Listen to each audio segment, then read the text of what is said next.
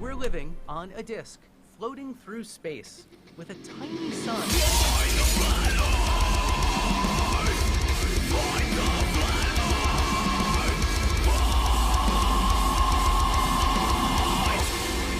Hey, I'm FTFE, welcome back to the channel that does to stupidity what the Vogons did to Earth to make space for a hyperspace bypass. Thank you for joining once again for a wonderful discussion about the shape of the world we live in. Tonight is going to be MCToon and myself debating against Howard George Stirrup, and it's going to be moderated by Mr. Sensible. So what I'm going to do is just pass it over to Mr. Sensible so that he can lead the show, because I'm not in charge today. Today this is his house. Mr. Sensible, hello, how are you? Hello, thank you, Bob. I will say either from Toon or Stirrup, we're getting feedback. Someone's playing it. I'm getting feedback. Oh, there we go. It's all... No, I can still hear myself. I'm not getting any feedback. Anyone else? Just you, Mr. Sensible. You might have the video playing in the background. No. In a tab? I don't think so. Let's make sure. Sorry about that, guys. Hopefully that will sort it out. Right now I can hear everything twice. Anyway, thank you very much, Toon, Fight, and Howard for asking me to moderate this debate. I shall do my very, very best to be absolutely unbiased and as fair as possible. Now, this debate has very, very strict agreed rules to how it shall be performed, and I will stick to them.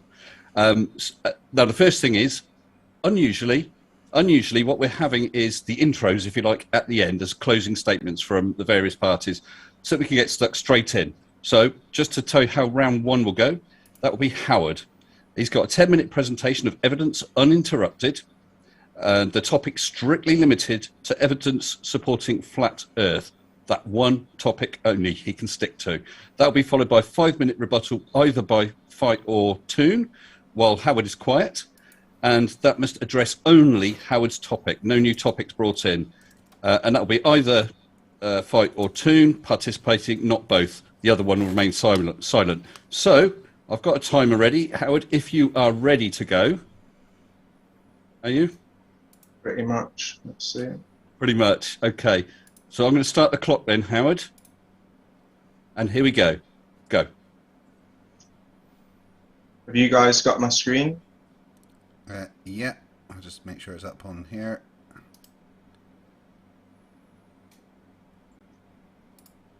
Okay. Okay. So my first request is, can you provide a reproducible photo or video of landscape partially hidden behind, below the expected curvature for the distance being observed? Because we see many examples of refraction when there's optical illusions due to refraction, due to atmospheric conditions. We see Fata Morgana, we can see the distortion of misalignment and misplacement. We see things get stretched, see things get squashed. We even see things around corners, like this red part of the stick, but it's distorted because things get squashed due to compression, things get stretched, twisted. This is one of the only pictures I see when I ask for evidence of curvature at water level, yet there's other pictures of the same place that don't look so curved. So I'm a bit skeptical. This is another picture that I see a lot, although it's quite distorted again. Yet there's videos that are not so distorted that seem to show no curvature at all. So I'm a little bit unsure what to believe.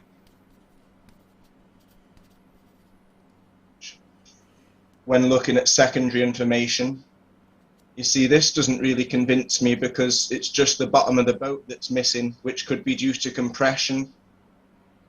Just like these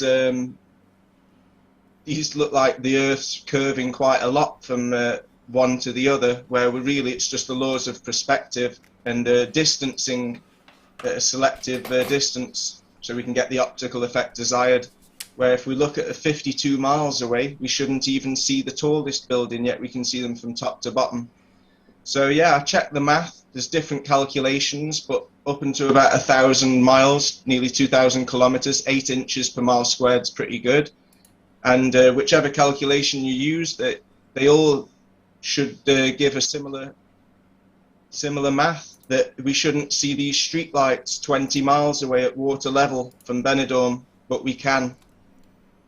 We can see the buildings from top to bottom, and we can see the streetlights along the beachfront at night, every night, without any optical illusions. And the streetlights are along the beachfront, as you can see, not many meters from water level themselves. So yeah, I've verified the secondary information that caused my skepticism, and I've asked people to verify and compare evidence. And apart from one psycho sending me some black and white images that he doctored, we got this one from Mr. Sensible. You can see the horizon of the ocean between those levels. Yeah, the problem is, it looks like there's only curvature on the left side, no curvature on the right. So doesn't seem to be trustworthy. So I've spoken to pilots. They don't dip the nose to follow a curve. And I've even looked on reputable websites like Oxford Academic, where they've measured 100 kilometers with only 1 meter of vertical relief. So there's supposed to be 8 inches per mile squared curvature, but lasers can't find it. Railguns seem to lock in on the target with an RF pencil beam and shoot over 100 miles away. Well over 100 miles at Mach 7. 7 times the speed of sound. 7 times the speed of sound. Rear Admiral Matthew Plunder is the chief of naval research, which developed the railgun. So what are you going to believe? You know, you can even go up on an aeroplane and see thousands of kilometers away. Here my friend Vico is flying just above Dubai, and you can see the Himalayan mountain range from one end to the other. So can you demonstrate how a horizon would ascend to the level of the observer on a sphere, like we see in the Red Bull Skydive and all amateur hot air balloon footage? Because it doesn't seem to make sense. Like this graphic shows, a sphere would get lower as you get higher, the horizon would get lower as you get higher, but that's not what we see. So you can check on amateur hot air balloon footage, and when they're not using a GoPro, a fisheye lens, we get quite a horizontal horizon. But the main point is that it always rises to the level of the observer, no matter how high we go. And it seems like there's a hot spot under the sun. Sadly, I haven't been in a hot air balloon this high myself, so I thought I'd look up some official footage. So I got onto the Red Bull Skydive. And again, the horizon is at eye level, or the level of the camera. And that's 39 kilometers high up. Now here we don't see any ocean whatsoever. It's just all brown land. So obviously that's a fisheye lens. But even though it's a fisheye lens, the horizon is still ascended to the level of the observer. Yeah, every lens. Yeah, imparts every lens. some distortion. Thanks, Michael. And apart from the observer height being the same as the horizon all the time, it's also that it didn't seem to matter that he left from New Mexico and 3 hours later he landed in New Mexico. Yet he should have been thousands of kilometers away, according to the speeds of the spin. Yet this is why we see drones and airplanes hovering for hours. And this is why aircrafts learn that the land below them is stationary. Just like the historical accounts in the Bible, the Quran, all the Egyptian artifacts, and the yin-yang symbol seen all over the world. But we can ignore all that, just like we can ignore the 666 number appearing all over the globe model. And we can ignore the treaties. Howard, can you pause your video a second? Yeah. I'll pause the time, which is 3 minutes left. This is supposed to be one topic. I know we're talking about flat Earth, globe Earth, but you're covering multiple topics. It's supposed to be one topic. You started off with refraction, then you're talking about horizon, and then, you're supposed to be sticking to one topic. They're all to do with globe skepticism, as the title says above each question. And I've numbered each question to help people follow me. Nearly done now, anyway. It's not one topic. Okay, well, I will let this continue. It's all related. But please it's all related. Yeah, please be aware that this is supposed to be one topic. So when we come to the later rounds, I'd like to stick very strictly to one topic, okay? Yeah, all the questions are directly associated to this topic. Right, so, well, if I may, number 4. Yeah, and I will carry on the counter. Go on. 3 Great. minutes. Can you demonstrate how a star constellation like Orion, which is above the equator, can be seen 6 months later, and also how it can follow the exact same path in the sky? Supposedly we're facing the opposite direction 6 months later, being on the other side of the sun. Now, we can see every month the moon makes an analemma, and every year the sun makes an analemma, which is a figure 8 in the sky. This is because it changes position in our sky, which you'd expect the stars to do if we're 6 months later on the other side of the sun, looking a completely different direction. We shouldn't even see Orion, but we can, just at a different time of night. But the big point is, not only do we see it, but we see it crossing the exact same path in the sky as we did 6 months earlier, just at a different time of night. So I'd like a demonstration of that, please. And number 5, can you provide any evidence to support the claim that all the stars are moving and that every 6 to 14 years the Earth wobble causes the axis to be from 0.5 meter to 1.5 meters east or west? Because we've got artifacts from the Egyptians, like I say, all around the world showing the zodiac hasn't changed. None of the constellations have suffered any disfigurement. So it doesn't really make any sense that we're supposed to be moving, all the stars are supposed to be moving, yet everything still seems to be in the same place as it was carved in stone thousands of years ago. Plus, we're supposed to admit that gas needs pressure. We're supposed to admit that people that have been indoctrinated can't see the truth in plain sight. And we're just going to argue about whether it's flat or round when there's obviously conundrums with the flat model as well, which is what I know, which is why I'm not a flat earther, I'm a globe skeptic, because I'm aware that there's things out of our perception in the electromagnetic spectrum.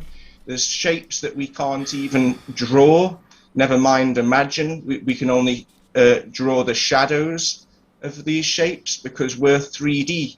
Yet there could be 4th dimensional and 5th dimensional things in our world, which tell me that our world isn't 3-dimensional, limited to 3 dimensions either.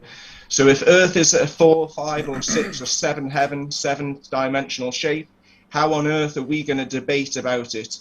We're better off just acknowledging what there isn't by showing people that there isn't any explosions that have ever created anything. there is a tendency to believe things when multiple people or multiple times it's been heard. There is a frequency of people not trusting things because of bad memories. That's your time. And negative priming. Thank you. Okay. Well, it's either FTFE or Toon to respond for 5 minutes. I don't really consider that was sticking to one topic, because as someone put in the chat, putting the title as everything, you could cover everything. So whoever is going to be responding, Toon or Fight, please feel free to cover any aspect of what Howard spoke on, and you get 5 minutes uninterrupted. Okay, so who's it going to be, Toon or Fight? I'm going to do the response, but can I just get a point of clarification before I do? Yep. The format, wasn't the topic Howard was supposed to be covering evidence for the flat Earth? Wasn't that specifically the evidence that he was supposed to be presenting? What did the format actually say specifically? It says strictly limited to evidence supporting the flat Earth, which I guess some of that, or quite a bit of that was, but some I'm not so sure of. Okay, so but it did say one topic for only. Globe skepticism, not flat Earth. So I mean, he agreed to the format and hasn't followed it. So that's just interesting. On two points of not following the format so far, of not 1 point and not doing evidence for flat Earth. So it's just it's interesting. Noted. Yeah. Okay, well, if I give you the 5 minutes uninterrupted, because after that we have 10-minute open discussion with me to keep it on topic, if I can. With either side interrupting too much, we'll have to go to 1 minute alternating. Hopefully we won't. And that'll either be Fight or Toon. But do you want your 5 minutes now then, Craig? About that presentation. Okay, I'll start the timer now. Well, just quickly, I'll do the only one thing that could be considered evidence of the flat Earth instead of just asking questions, which was your Benidorm observations. And basically, you're not even looking at what you think you're looking at. You are actually looking you're seeing the street lights way up on the hills behind San Juan. The direction that the direction that you look in has two sets of street lights, one on the shore and then one at a slightly higher elevation on the hills behind San Juan. And if you look on FE Peer Review and his video Benidorm to play as San Juan, he's actually mapped out the observation to show you the street lights that you're showing. But more importantly, I will point out that at no time have you ever done any analysis of any refractive properties to account for what you should be seeing over what is, you say, a 20-mile observation. 20 miles would account for a third of a degree of curvature on Earth, which is totally within the norms of refractive conditions. So that's the one bit of evidence that what could be considered evidence for the flat Earth, that basically you're not even showing what you say you're showing, and you've got no analysis to back up your claim. But anyway, on to your nonsense question. Show repeatable pictures of landscape being hidden. Easy peasy, lemon squeezy, do it all the time. My favourite one is this one. A good friend of mine, Miles Davis, lives just down the road from me, went up a hill in Scotland. Then this is about 7 miles from where I live.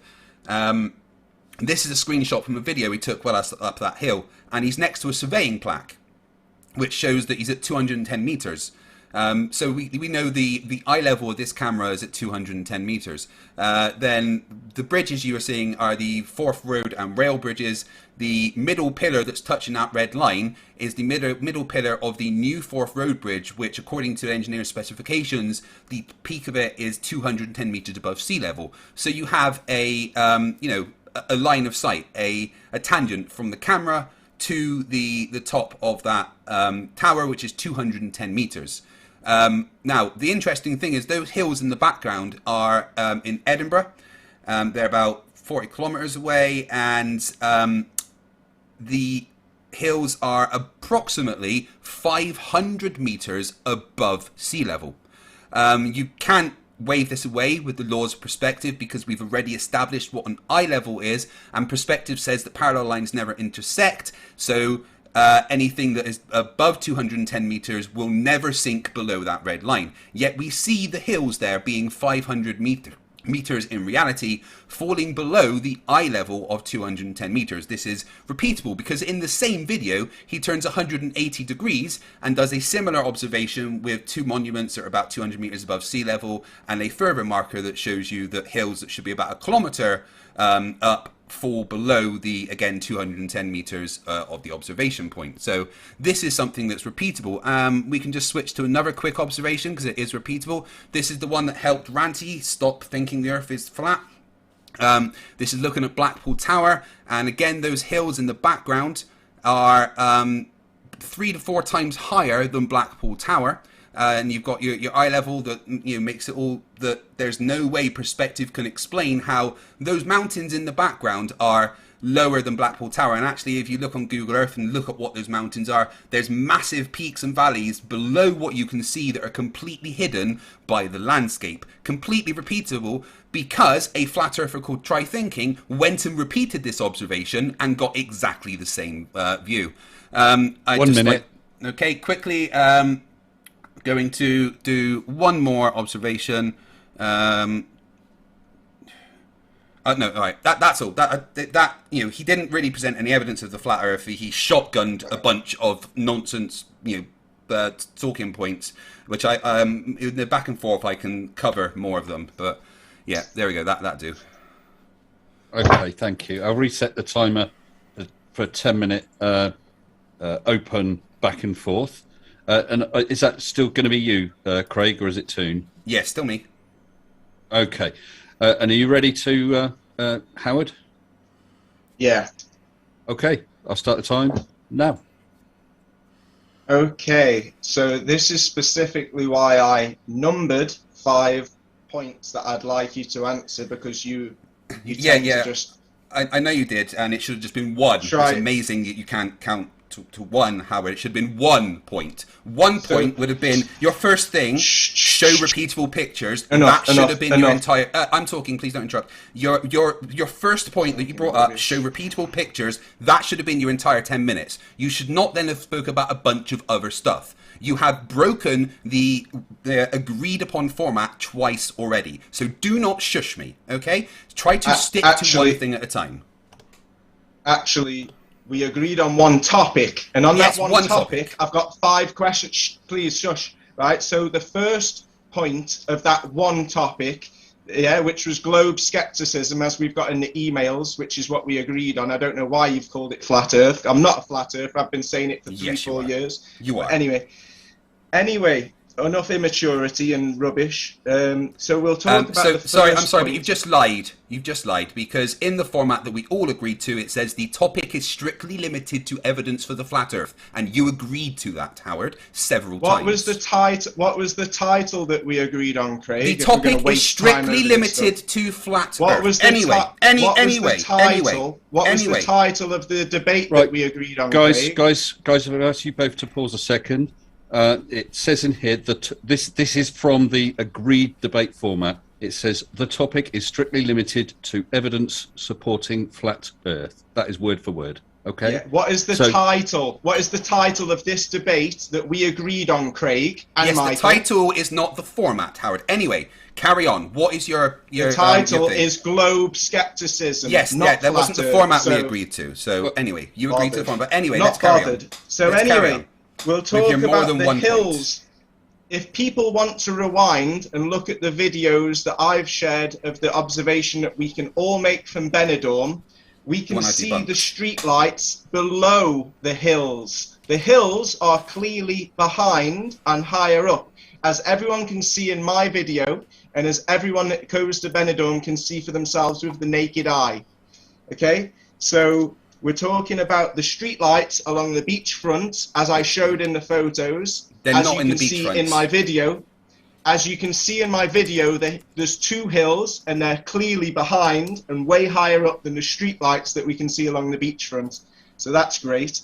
And also, the tallest building in San Juan, Alicante, is 96 meters from the ocean. So if we're supposed to lose 80 meters, we should only see 16 meters of that tall building. Yet we can see all of the buildings from top to bottom, even the little buildings. You cannot see the bottom of the buildings at all. You're just straight up lying right now. You literally can't see the bottom of the buildings at all. Rewind my Anyway, so video Howard, and we can see so the street can I lights. please see your refraction analysis? Well, first I'd like to talk about the two photos. When I No, asked I've just photos- asked a question. Before you move on to another point, we're talking about your observation. Can I please Go see on to your... Metabunk. Yeah, Go yeah, on can to I... Metabunk. That'll work it out for you. Can I please see hold, your... Hold can on, I- hold on a second, Craig. Yeah, Howard, he has asked you a direct question. I've just answered him directly. Yeah. I used So, Metabunk. okay, so I'm going to ask for your refraction analysis on the day with the the data that you gathered to be able to do a refraction analysis. Do you have that available? Every day you want to do it, you see the same thing without any distortion. No, that's But not if a you wanna refraction get little- analysis. If you want to get a refraction index, then go on to Metabunk. Yeah, no, a refraction Go on analysis to would require... Metabunk. hold on. The refraction analysis would require you to have the temperature and barometric pressure on the day of the observation that you're doing it. Do you have that available? I've just been making a daily observation for the last few years, and it's Yeah, that's always not what I the asked. same. You're We can avoiding the question, always- Howard. Can you Doesn't please... matter what time of day, can you doesn't please matter ask the what question time of year, specifically? we always get the same Can you result. please ask the question So- specifically? Do you have a refraction analysis with temperature and barometric pressure so that we can actually have a look at what the refractive properties should be? No, but I have got those Right, okay. two photos that you shared. So there you go, direct answer. No, because Right, I just no, you trust don't. my Okay, so eyes. we could just dismiss your evidence as incomplete then, right? You can dismiss my evidence, which Yeah, is yeah. a reproducible observation that everyone can make. It's daily, not reproducible daily. because it's not even Anyway, in the place that you're saying. everybody can make the... Please let me finish what I'm saying, Craig. Everybody can see the streetlights 20 miles away every day. Every day, every night. But if you want to make out as if the temperature just happens to be perfect every day, that's all right, mate. But you've only got Do you have any evidence that it's every day? Oh no, I've got they're lots really of observations. I've got tons. This Well, is just the hold only on. two I had for 5 minutes. Let me finish my sentence. I asked for observations at water level, and No, you didn't. give me one at two. Clearly said in the text. No, that you was didn't. For 17 seconds. For 17 seconds on the screen, it said at water level observations, and you show me one. Why at would I 210. why would I do observations Why don't where you the stop refractive conditions are the interrupting me worst? and let me finish what I'm saying. And Because then you can go on answer forever. like Okay, so let me ask you a quick question. Yeah. Why would I do observations? Why don't you let me finish speaking? Guys, 1 second, Howard. But both of you, if you can try and avoid speaking over each other so we can hear each other. But He tends to go on for a likewise, long time. I'd I've like to managed actually speak get a about question twice, and an so, answer yeah. each way rather than just a ramble, okay? Right, so, right, Howard, so- if you can answer or make I'll your point. quickly finish my question. I asked for multiple pictures at water level because I'm not convinced with the 2 or 3 that we keep seeing on the internet, and you've come back with just two old pictures. One's at 210 meters, Neither of them are not old. water level. Yeah, and the other one's Blackpool Tower. Wow, that's all you've got, Craig. Okay, Let so Craig address that then. yeah, so why would I do observations where the refractive conditions are the worst? The way to remove variables such as, a massively fluctuating refractive index is to move away from where the refractive conditions are the worst. The best way to actually be able to see if there is landscape hidden is to move away from the refractive conditions. So I don't use refractive based, stuff that's near the surface of the water because that's the worst observations to use. I use stuff further up where you don't get the refraction. So my question to you, Howard, is can you address the observations that I brought up that clearly show that the Earth is curved? No, they show atmospheric conditions can cause different visual optical illusions. Like you claim. Which atmospheric condition? Let me answer. You're claiming, and so does Michael, that due to the lapse rate, we can see much further because things just happen to come higher than the horizon without any distortion. We can see so far without any distortion. But when we're higher up, you're saying that there is no atmospheric refraction. There is no atmospheric conditions causing light refraction, and that it can't go up or down. It has to be perfect when you take a picture. But when we take a picture, even if it's along the coast, not over water, just near to water, so we can use the water as a level, we get the same results. But you'll just keep claiming that light refracts to suit your model. But when we're saying that it could be light refraction that's causing an optical illusion in your picture, you'll say, no, that doesn't work both ways. Doesn't work both ways. Okay, let me Only respond when then. we're trying to prove the globe. Let me respond. What you've just said is extremely flawed because we know the refractive conditions are much less because there is less atmospheric pressure. So there is going to be by the very nature of that, less refractive conditions. If you are higher up, it is a fact, there is less refractive conditions. So I'm not just making it up, I am purposely choosing observations that are away from the most areas of refraction. It's a purposeful choice. So I don't have to have those refractive conditions taken into account. And even if you are along the shore and not specifically over water, you're still going to be getting more refraction at ground level than you are when you go up higher. So it's not just oh, when you take a photo, it's this, and when we take a photo, it's this. No, I am specifically choosing an observation for a specific reason to show that this is what you would see when you remove those refractive conditions. So can you please address the fact that this shows the fact that the Earth is curved, despite the fact that we are away from the refractive conditions? I can say that you've got 2 photos to support your argument, yet we have millions of observations that are reproducible with the naked eye. Yeah, you didn't. Okay, I've asked you to address this picture, please. Yeah, it's one picture, and you had yeah, another. No, I don't pictures. care. I've got many pictures, but I'm choosing this one. But can you specifically address this picture? I've shown. Yeah. Howard, I'm trying to answer. Yeah, well, Howard, his question is about this particular photo. Okay, so if you can try and address that. Well, my question was about the multiple pictures and videos that I shared that he's not addressing. So how about we move on to the other 4 points? No, we're not moving on until you address my question. Please. I answered your question. I would now like you to address this picture. And I'm answering yours. I've got nothing to say about your 2 pictures that everyone else has been debating for the last 2 years. Well, we're not moving on until I get a specific answer. Please. Yeah. The specific answer is I showed high quality videos. Yeah, no, okay, that's not addressing this picture, Howard. Specifically address this picture. Howard, to be fair to Fight, whatever the quality of his response to your videos, he is asking you about this particular photo. Can you sort of make any comments about this particular photo? Yeah, I've heard loads of people arguing about it already. Hearsay. I'm bored. He's got 2 Objection, pictures. hearsay. I've got millions. So how about... I don't care. Okay, so I want you to address this specific picture. Please stop talking over me, right? Yeah, answer my question then. You don't get to go on until you've answered my question. I'm not interested. I made Are you too scared to answer the question because it kills the flat Earth? Look, I've paused this. This is my 10 minutes. This is my 10 minutes. No, it's not. Howard, this is back and forward 10 minutes. 5 points. Right. 5. I want to talk. Hold on. Howard, I've muted you a second. This is not your 10 minutes. This is back and forth 10 minutes between you and Craig, and once again he is asking you about this particular photo. Do you have any response to it? And I've paused it. It's 1 minute left. Okay, I'm going to unmute you and let the timer go. Please address this photo. Can you unmute? I think you've muted yourself now. Like I keep saying, the answer hold on. Okay, no, I'll start the timer. Go on. I've got 1 minute.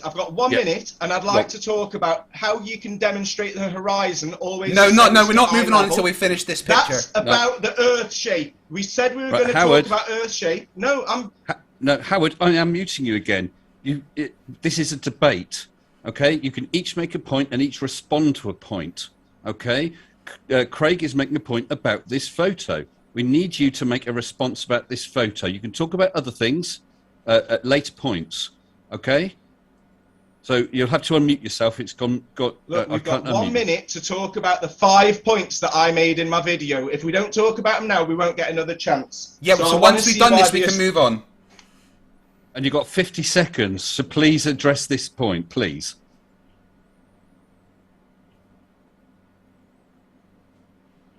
Howard, you can speak.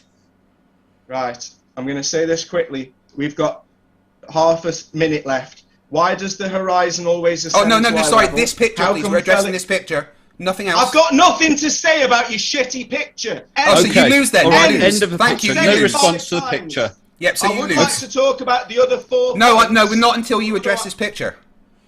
There's nothing to address. It debunks the flat Earth. Wow. It's not No, an it optical doesn't. illusion. It supports your little fairy tale. I've got millions. Yes, absolutely. Of It's photos to evidence for support the mine. Earth being a globe, and it debunks you. Please address Not it. bothered. Not there's bothered about nothing to evidence that address. debunks It's you. one Oh dear, what a picture. shame. What about my? This is my. I evidence. addressed I've your got 5 pictures. points. I addressed your pictures. Now you need to address They mine. were 1 of 5 points, Craig. Yeah, it should have been. It should have been one topic anyway. It should have been just been one topic. Why Earth didn't Right. Look, the if time- I can't the- speak, I'm just going to say goodbye because this is No, stupid. I think the time's up. No, It's no, absolute right. stupid. Okay, no, listen. Wasting That my time is up. time. That was supposed to be 10-minute back and forth Yeah. about your one topic. 5 You did. points on one topic. 5 No, points and on one one topic. topic, one Stop topic. twisting my words, Wayne. One topic, not 5 things. One. 5 points on one topic. Okay, well, How the Howard, Earth you can't did be a say globe. that you didn't care about his picture, so there's no response. So Because it's I one propose we picture. go. So you We lose. go on then. We go on then to round 2. Now, is that going to be you, Fights, or Toon? Yeah, with a it's me 10-minute presenting presentation? evidence for the fact that the Earth is a globe, and Yeah. you know, I'm going to stick to one topic because I understand how to read a format. One second, Craig. Are you still there, Howard? Yeah. Okay, Yeah, so for Craig's the got moment, 10 minutes. I don't know how 10 long I can minutes be bothered to uninterrupted. He has 10 minutes uninterrupted, limited to evidence supporting globe Earth, one topic only. Go ahead, Fight. Okay, this is dead easy. My evidence that the Earth is a globe is simply the Foucault's pendulum, because not only is it an excellent evidence that the Earth is rotating, but we can use the Foucault's pendulum to quite easily discover the shape of the planet. Because maths and physics is a thing that is real, and there is physical laws that apply with matter and energy. So it's very simple. If the Earth is a rotating sphere, then that means objects on that rotating sphere are going to conserve momentum, conserve energy. And that means that if you were on a rotating sphere and you were to hang a swinging pendulum on that rotating sphere, that swinging pendulum would have different amount of forces applied to it depending on where it was on that rotating sphere. If it was close to the axis of rotation, then it would have a Coriolis force applied that would make the drift of the pendulum go 360 degrees in 24 hours. If it was the furthest point away from the axis of rotation, it wouldn't show a drift at all, because the Coriolis force is a net sum of 0 at that point. And this is what we see in reality. So there is thousands and thousands of Foucault's pendulum experiments done all the time. One that I like to talk about quite often is one done by the gentleman physicist. And I've just got a video here I'm going to bring up for that, if you bear with me one sec. Here it is.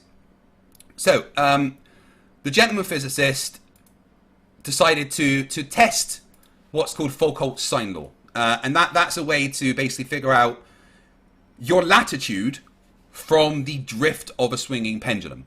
And he decided to test that. So he built his own Foucault's pendulum in a local high-rise building, used the stairwell to make a extremely long swinging bob, and he let it swing. Now, what I was saying earlier about if we are on a rotating sphere, that means that forces will be applied to this swinging bob when it swings backwards and forwards. And those forces will make that swing drift. And if you were to take a certain period of time and see how far it drifted in that time, then the first thing you could do is figure out how long it would take to do 360 degrees, which is what they did. So he let it swing, and it went for about 42 minutes, I think. And after those 40 odd minutes, they measured the angle of the drift. You see how it's no longer straight; it's drifted clockwise, which is what we expect in the north. So then they measure the angle that it's drifted, and do a little bit of maths to figure how long it would take to do 360 degrees. And they find out that basically it would do 360 degrees in 31.4 hours if it could swing forever. And using that number, you can do another fancy little bit of maths based on real-world physics, and actually use Foucault's sign law to calculate your latitude on Earth.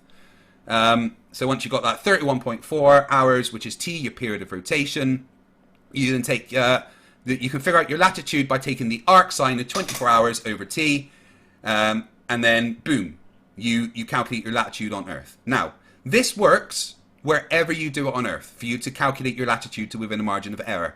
I've got countless examples that I can give to anyone that requests them of this experiment being done of many different places on Earth, including at the South Pole, where they got the predicted rotation of just over 24 hours, which is exactly what you would expect there. Now, there is no explanation for on a flat, non-rotating Earth for you to be able to calculate your latitude only from the drift of a swinging pendulum. This is something that is physically done all over the world all of the time. And like I said, not only is it evidence of the Earth rotating, but because you're able to use Foucault's sine law to calculate your latitude, you're able to calculate the circumference of each latitude line. And what you find is as you go north, those circumferences shrink. And if you go south of the equator, those circumferences shrink again. And that only gives you one shape in reality. Measured, a measured shape of the Earth from just a swinging pendulum. Not only a measured shape, but a measured rotation. It is an empirical example of physics in action, showing us what the world is. And not only does it match the predictions of a rotating globe, the size we say it is, the speed we say it rotates, but it's an excellent example of the predictions matching the model and there being no explanation for it on the flat Earth. There's no reason why you could correlate your latitude to the drift of a pendulum if the Earth is flat and non-rotating. It can't be electromagnetic anything, because no matter the material you do it with, you get the same result. There's no other forces that could make you get that predicted result. That's it. That's all we need. The swinging pendulum. That shows the Earth is not only rotating, but a globe at the specific size and speed that we say it is. That's all I need. One topic. That's how it's done. One topic. I give up the rest of my time.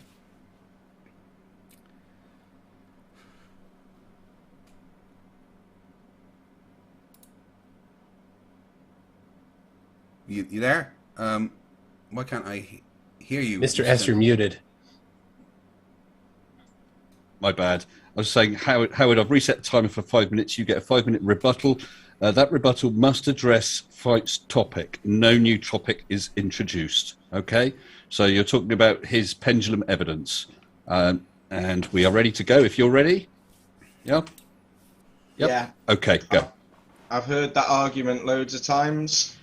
You're assuming that you're measuring Earth's rotation.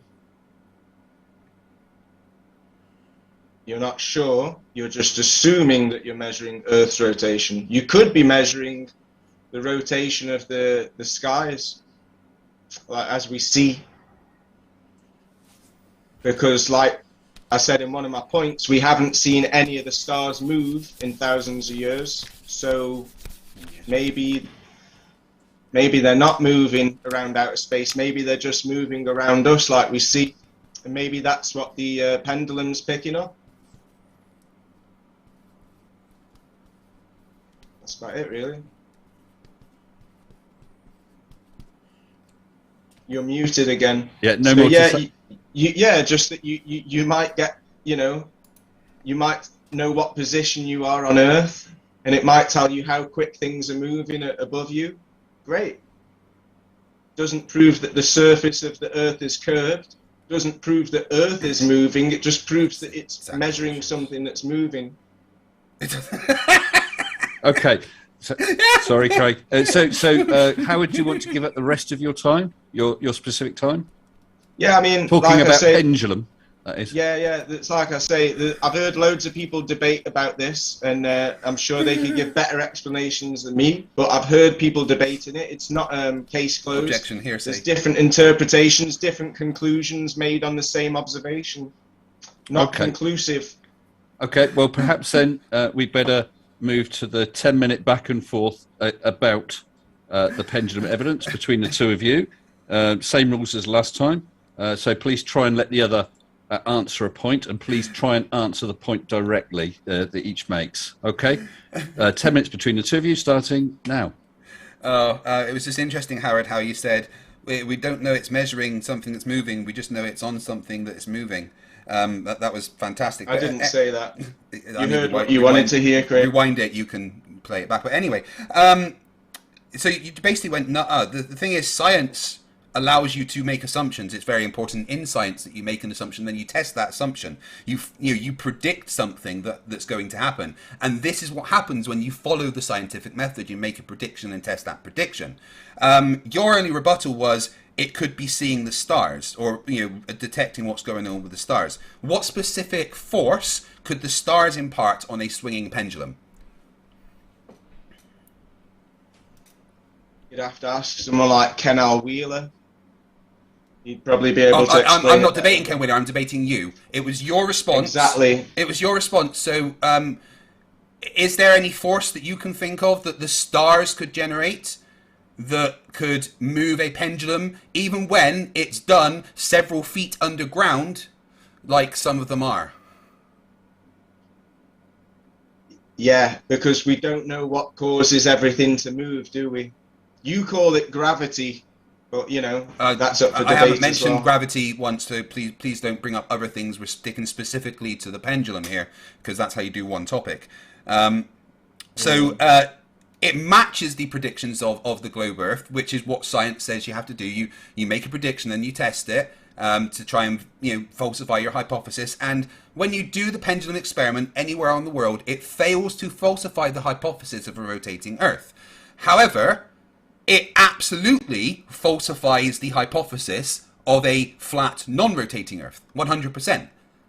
So when you actually follow science and go about with science and don't just go, well, it could be this, I don't know what. When you follow science, it falsifies the flat Earth, but fails to falsify a rotating sphere. What do you say about that? In your opinion? No, it's not an opinion, that's a fact. Can I finish what I'm saying? Yeah, just don't strawman me as soon as you start.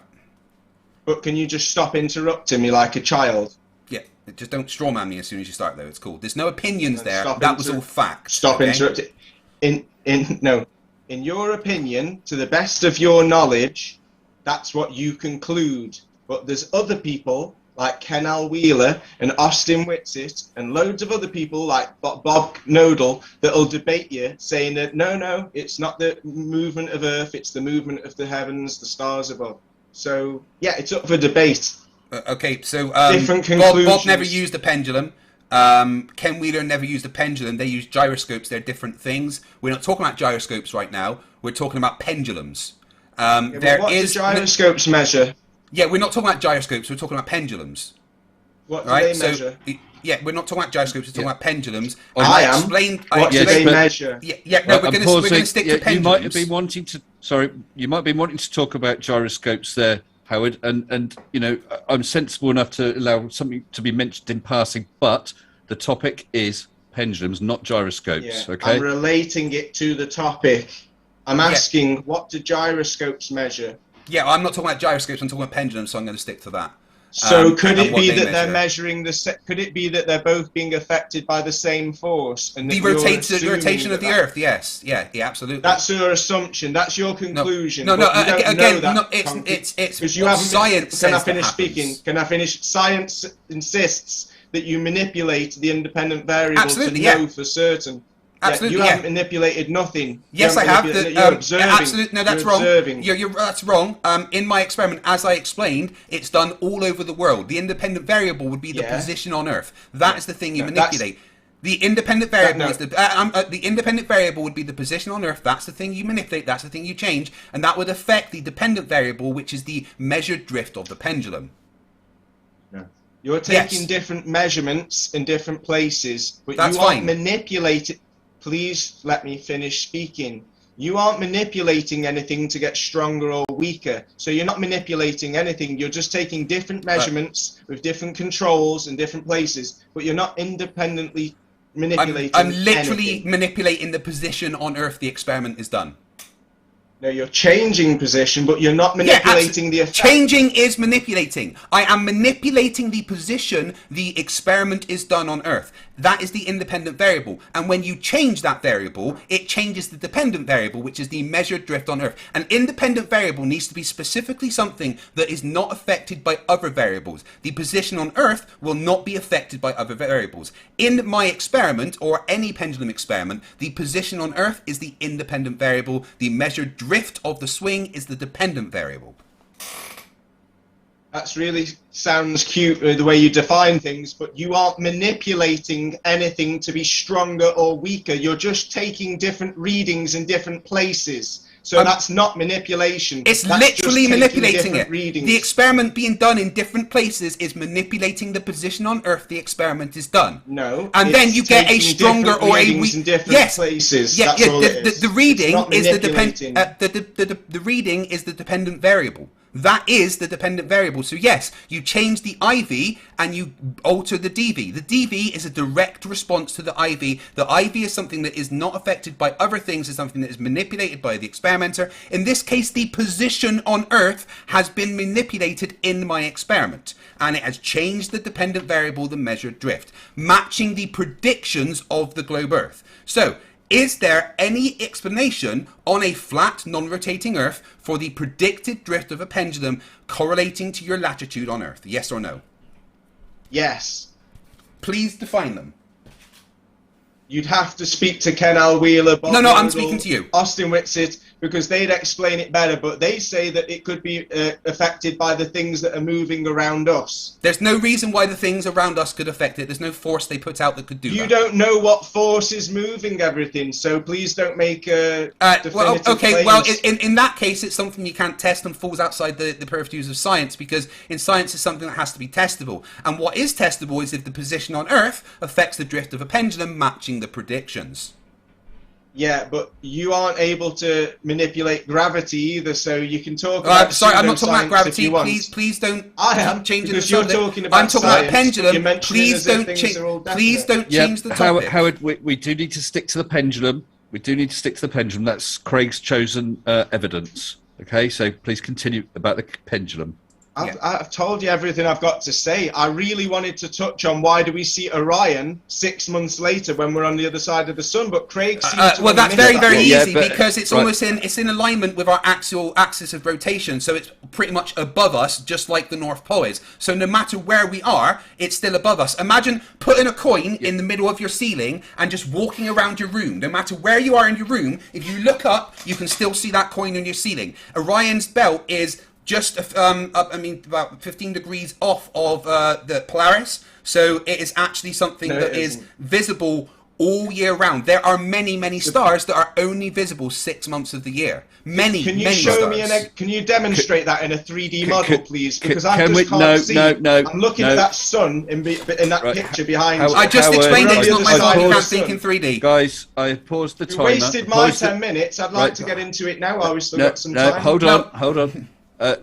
You mentioned about Orion, which is off topic. Craig has now responded about Orion, which is off topic. Please, guys, get back on topic, which was the pendulum. Yeah, absolutely. 2 minutes 42. Yeah. So right. So the pendulum again falls within exactly what the scientific method describes. I can make an observation and a hypothesis, then form a prediction on that hypothesis, and then make my experiment, which would be the Foucault's pendulum. It is science. That's exactly how science works. It absolutely destroys any notion of the Earth being flat and stationary. It matches the predictions of a rotating globe. There is no other explanation. There's no forces that are magic outside of things like electromagnetism or gravity or all the other forces that we understand. No other forces could affect it because it's done with multiple different materials. So there has to be an answer for why it happens if the Earth is flat and non-rotating. Otherwise, it falsifies the hypothesis of the Earth being flat and non-rotating. Okay, so you're saying that it measures Earth's rotation, yeah?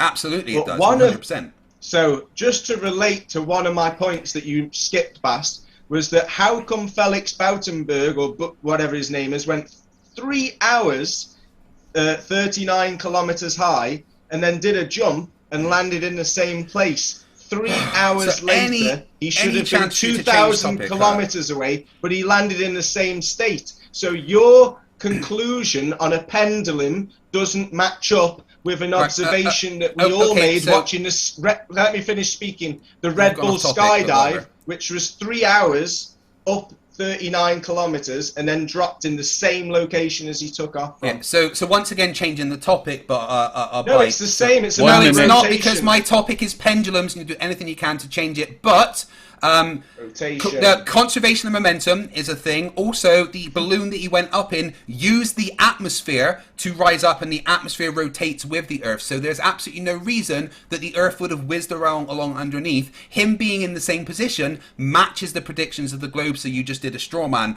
as well as changing the topic once again, because you know that my pendulum experiment. Because you know that my pendulum experiment and every pendulum experiment on the world is an absolute destruction of the flat Earth, and I'm going to keep shoving this down everyone's throat.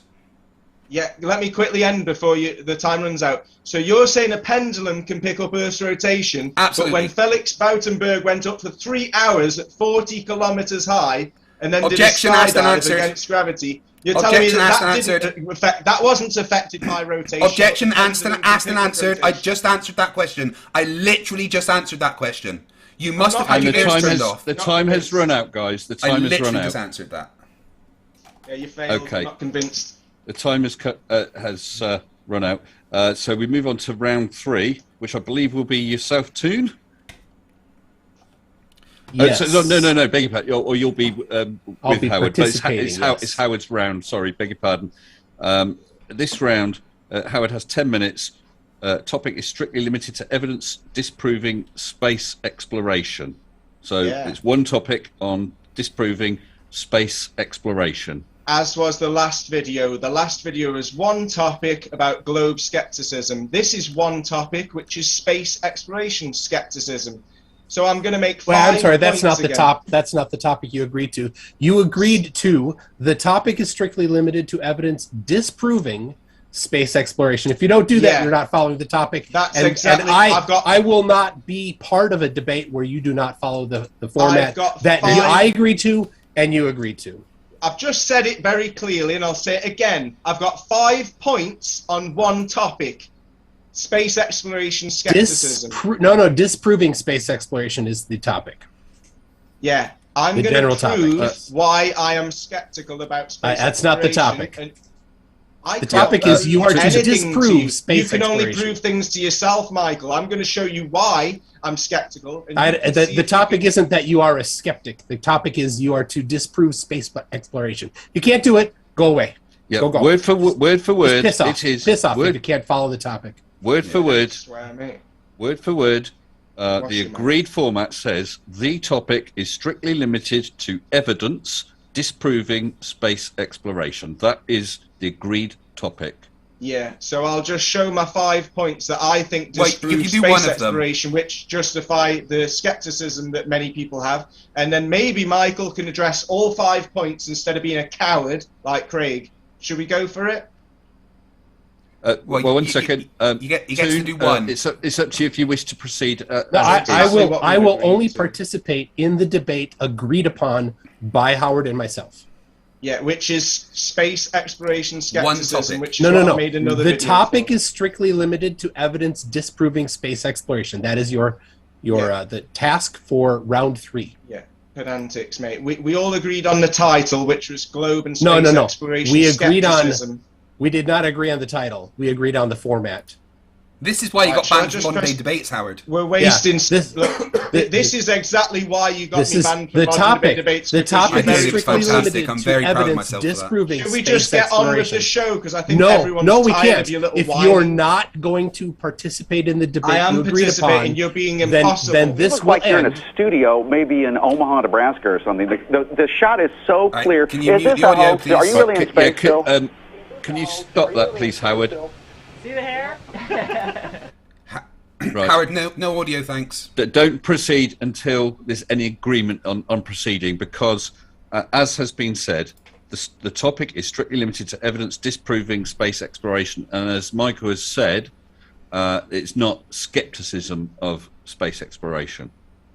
I'm going to show my evidence, which I think disproves space exploration, in my opinion. Michael might not think it disproves, which is why we're having a debate. Can we stop pissing about and get on with the debate? Just as long as it's strictly limited to evidence disproving space exploration. Everyone just saw my evidence, so stop acting like children and let's get on with the debate, please. Yeah, Toon just said go ahead as long as it's strictly evidence disproving space exploration. Yeah, like my first video was specifically one topic. I don't want to argue about this. So why don't I just press play, yeah? You look like you're in a studio, maybe in Omaha, Nebraska or something. The shot is so clear. Is this a hoax? Are you really in space? Sorry, can you mute Howard, please? Are you really in space still? See the hair? Sorry. I don't know. We're gonna have to do something for you. Stop. I'm sorry, but we can't have the audio.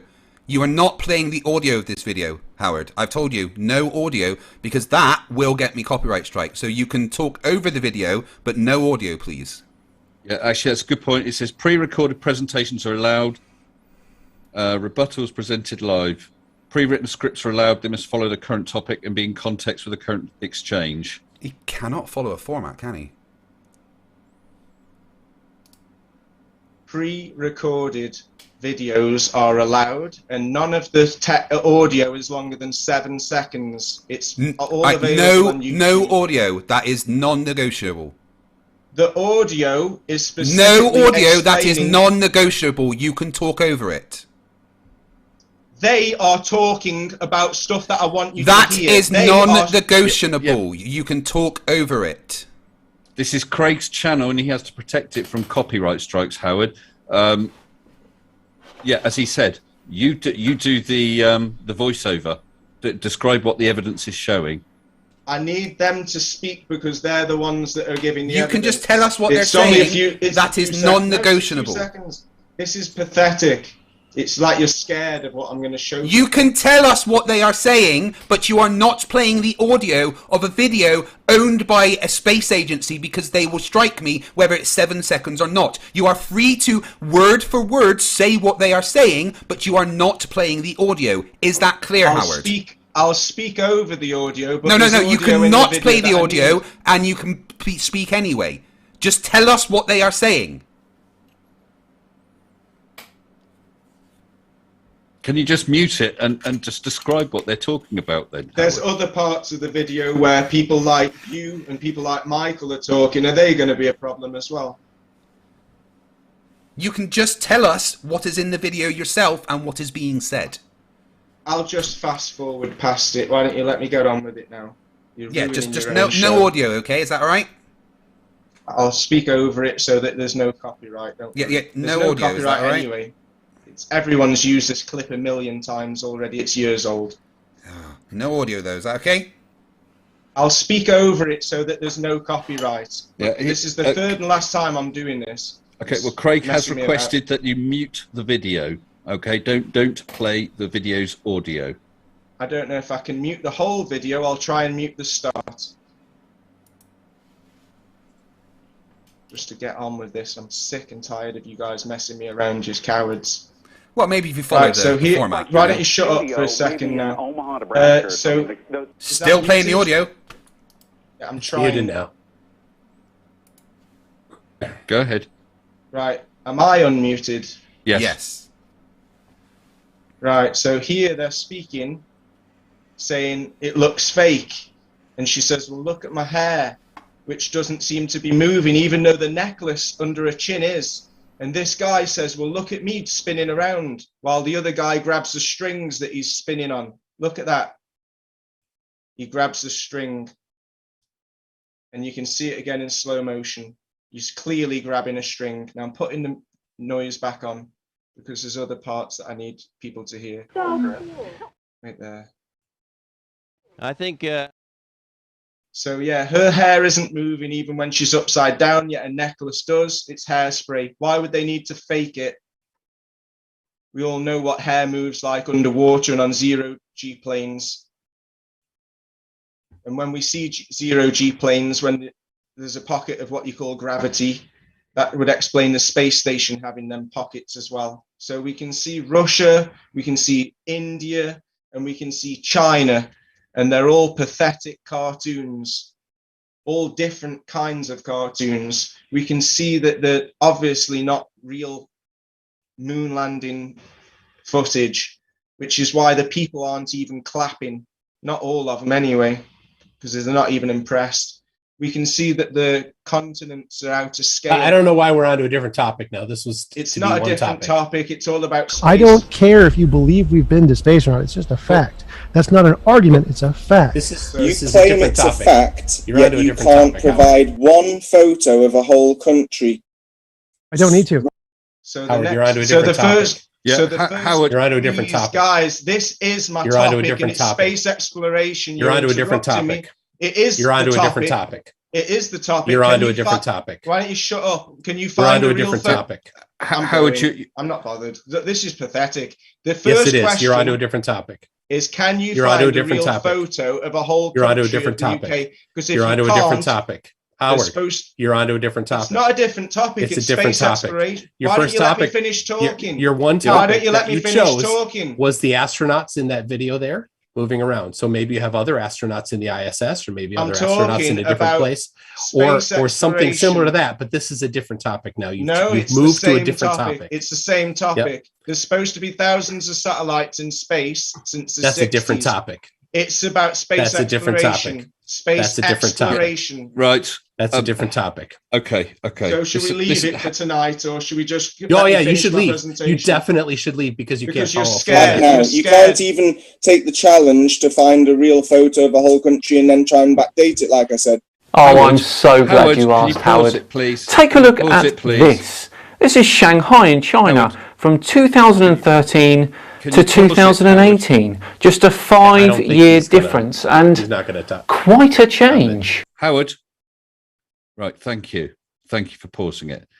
As Toon said, it is a different topic. It's all the same topic. Space It exploration. might all be related to space exploration, but you're supposed to be choosing one topic, one evidence to flesh out and argue your case with. No, multiple evidence for one topic. I've got loads of evidence for one topic, and that space exploration is a scam, which I can clearly show if you let me finish showing my video. It seems like you guys are scared that I've got multiple evidence for one topic, which is space exploration. Why did you Just agree like to a Craig format was if you don't scared. want to follow it?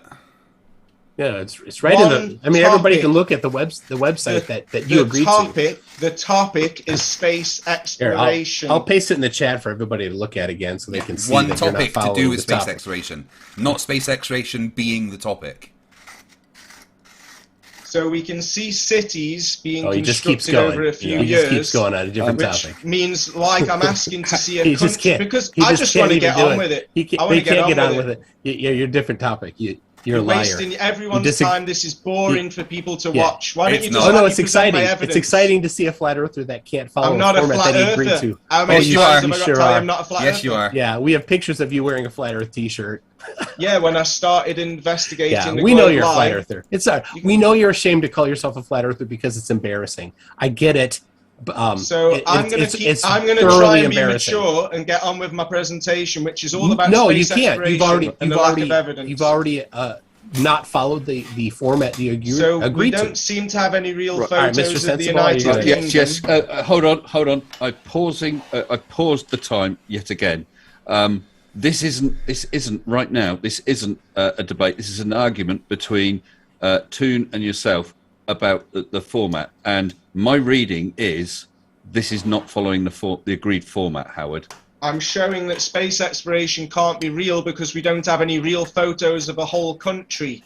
I'll get on with my presentation. No, just pause a second. Just pause. Why should I pause the I've got the presentation? I've timer worked on paused. Because he's the hard. moderator and you do as he says. Exploration's a scam. Howard, Use the same cloud formations in Blue Howard, Moon listen to the moderator. 2012. Right, yes, Howard, I've muted you. Listen, I said I've paused the time. Right now, if Toon suddenly turns around and says, "Do you know what? I'm totally happy for Howard to carry on like this," you've not lost time, okay? But we need to get this addressed. The issue of topic, okay? I'm unmuting you. Don't proceed with the video yet until we come to a decision about this. All right? I don't think it's following the agreed format. Now, if Toon decides to change his mind and proceed as is, that's up to Toon, and then that'll be fine. But otherwise, if Toon doesn't want to, this is not following the agreed format. Simple as. It's not the agreed format. Michael, do you want to let him carry on? I'm asking you right now, why can't you find me a photo of a whole country? Why can't you find me a video of the whole globe spinning? Howard, don't argue the subject right now. Don't argue the subject. Don't argue the subject or your evidence right now. No, yeah, but don't argue. Howard, please let me finish the sentence. Yeah, no, listen to the moderator. No, you don't even know. Right, Howard, I've had to mute you. I really don't want to, okay? Right? I am not stopping you from presenting any particular piece of evidence, okay? I'm pausing the debate right now, okay? I've paused the clock as well. We need to get this established as to whether you can proceed and talk about multiple things. That is not the agreement. Now, if Toon is now going to agree that you can proceed, not following the agreed debate, that's fine. But we need that agreement from Toon, okay? In which case, at that point, I will start the timer and you can present the rest of it, if Toon agrees. No, I'm sorry. Not gonna. I will insist that Howard has some integrity and he sticks to the one format. GOES goes west. Howard, satellite. Please pause the video. Sorry, you're still muted. You're still muted. I'm unmuted. Clouds disappear when it rains, Michael. You Howard, know all stop this. the video. Please be honest.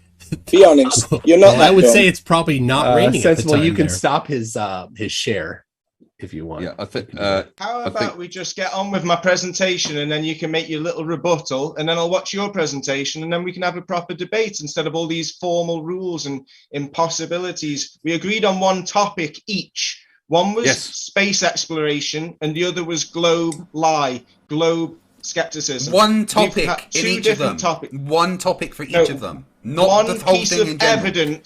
One piece of evidence per topic is not what we agreed on. We agreed on multiple evidence, what the format says. Single evidence, whatever you want for per topic. 2 topics. No, we didn't. You are yes, very... but Howard, you could have several evidences. For instance, several evidences about whether the astronauts that we see on videos are really in 0G or not. You could have several evidences about that topic, but that's not photos then from a satellite or whatever. That would be a different topic. But what are you guys scared of?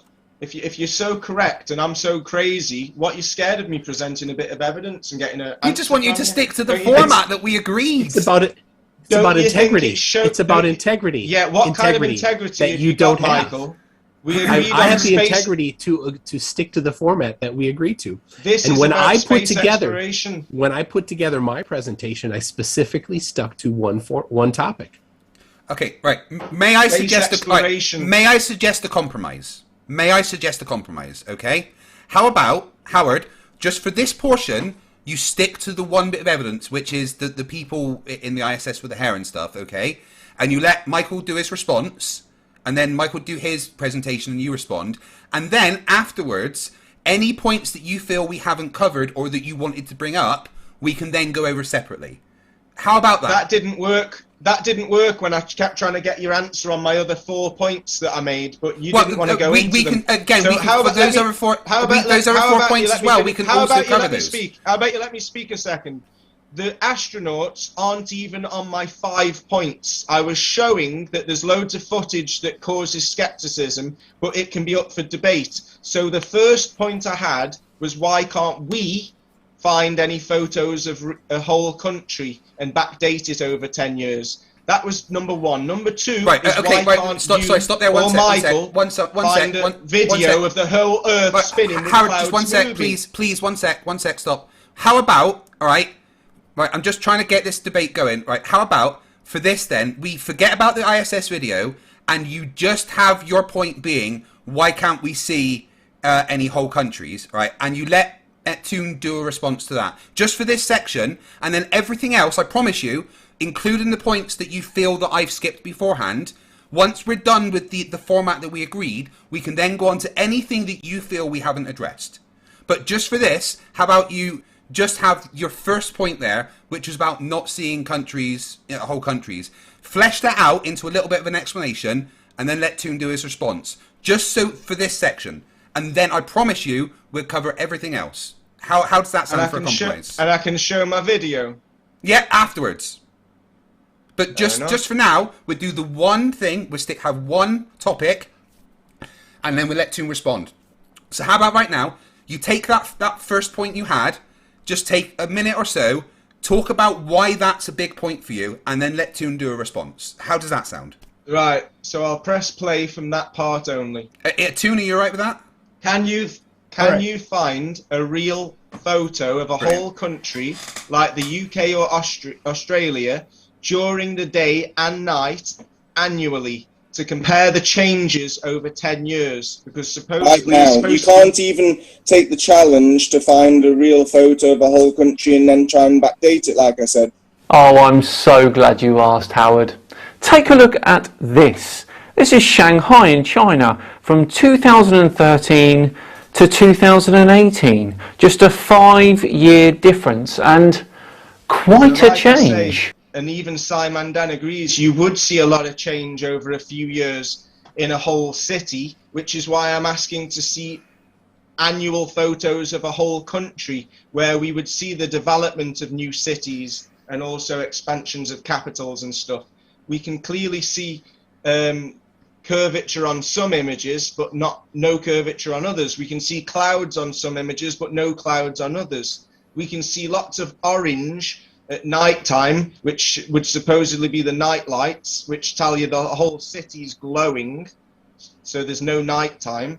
But yeah, there's no clouds, no curvature, there's no different shading of time zones. Some have got London, some have forgot London. It's all over the place. There's hardly any pictures to choose from, yet there's supposed to be thousands of satellites in space since the 60s.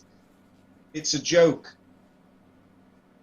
If it wasn't a joke, why are they laughing at us by using you're onto the same... something else again. Okay, no, it's finishing. They're using the same cloud formations on the Blue Marble 2002 and 2012. As you can clearly see, they're using the same cloud formations. And that's about the countries. Okay, thank you. Right, so we'll give, let me just refresh the timer. We'll give you, Toon, 5 minutes to respond to the country's evidence from Howard then, okay? And I'll start the timer now. All right, so you were on with me, and you asked to see an entire country from space, and I showed you Mexico from space from multiple different satellites. You didn't like it because I don't know why, but it was an entire country. Your video that you just showed did show the UK from space at nighttime. So it's been done. Somehow you think that your evidence is asking or demanding that somebody else do something for you. I'm sorry, that's not how evidence works. If you have evidence for something, that is a positive thing. You present it. Here is evidence for it instead of, I demand that you show me something. That's not evidence. So there are lots of satellite images and photographs that have been shown over and over again, including when you were on my channel a while ago. I showed you Mexico, and you just had nuh-uh. You talk about cloud patterns, and you're seeing entire weather systems, and you did show in your video the movement of the weather systems, and you're like, they're not moving enough. Well, did you get a meteorologist to get in there and say whether or not that was movement enough? No, One topic,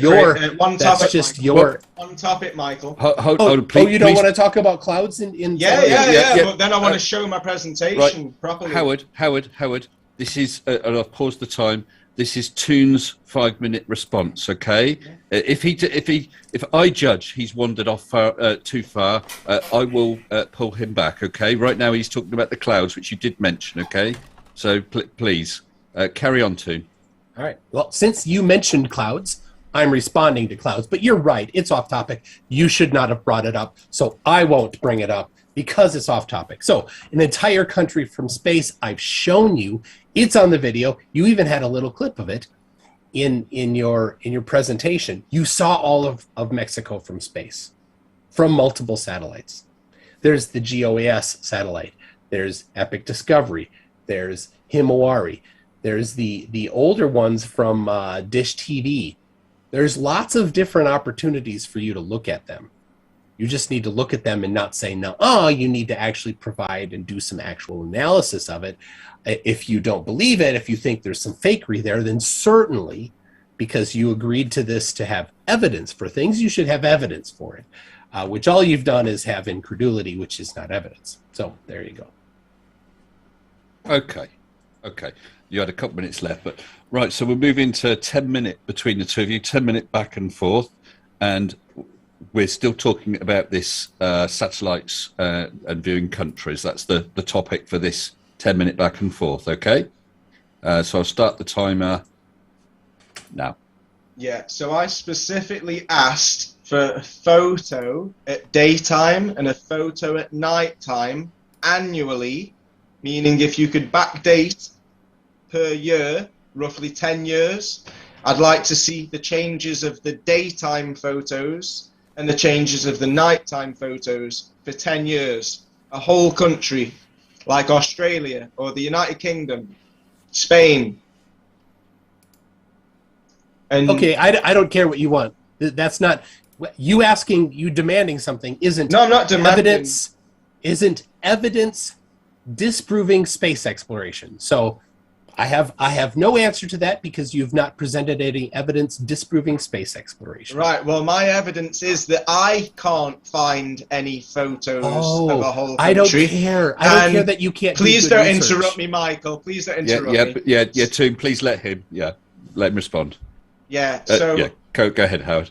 Thank you. The point is, I'm going on debate shows with people like you, Michael, and I'm asking people like you if you can find any photos of a whole country at daytime and nighttime and backdate them for 10 years so that, like Simon Dan says, we'd clearly see the difference between cities. But it seems like none of us can find any photos of a whole country because all of the photos that we have seen on Google image search, like I showed, are inconsistent. They don't match each other. They don't show any signs of a city in the summer, in the spring, or even in the winter when the whole country is supposedly covered in snow. There's no sign of London. So, I'm sorry, mate, but if Except there's no sign of... The video you showed has London in it. Shows London. So I don't know what you're talking about. You disproved yourself.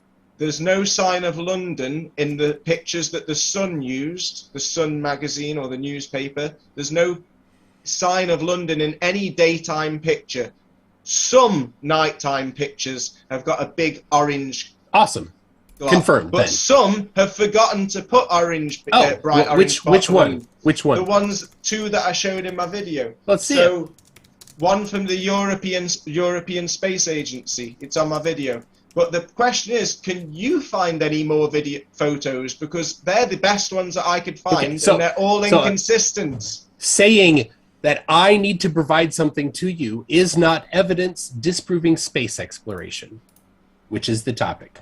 There is no photos of a whole country. If there was, you would have been able to have found some. I specifically showed you many pictures of Mexico. You showed me pictures or images of a globe. I'm asking to see a whole country. Mexico. I showed all of it. Yeah, I'm not convinced because there's no sign of any cities. Howard, there's no sign of any time zones. There's no sign of any clouds. They were fake images. Howard, it's very important that you understand this, Howard. I am not here to convince you. I am here to make you look like a fool.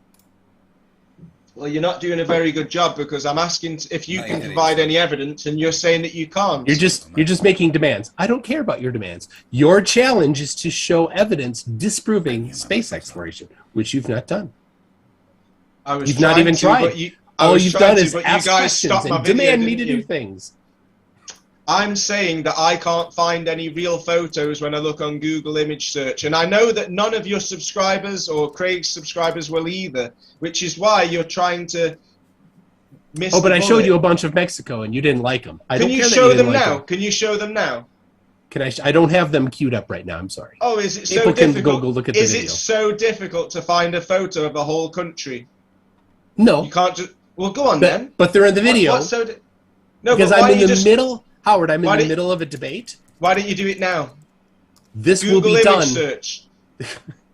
Google image search, believe it or not, is not the only way to look for images. It's not usually where I go.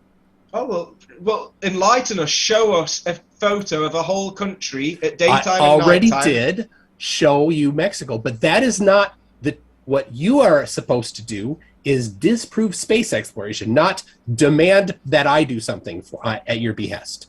I'm saying that if you can't even find one photo of a whole country I already from showed outer it to you. space, I already showed it not to you. You didn't like it. Because I've shown lots of photos. I don't care that you're not convinced. Can you stop I'm just trying interrupting to me? make you look like a fool. That's what I'm doing. You're making yourself look rude. That's all you're doing. So what I'm trying to say is, if I can't find any photos of a whole country, because you're bad at please stop investigating. interrupting me. You're bad manners. You've got bad manners. Please Oh, stop interrupting me. You accuse me of bad manners. You can't follow a format.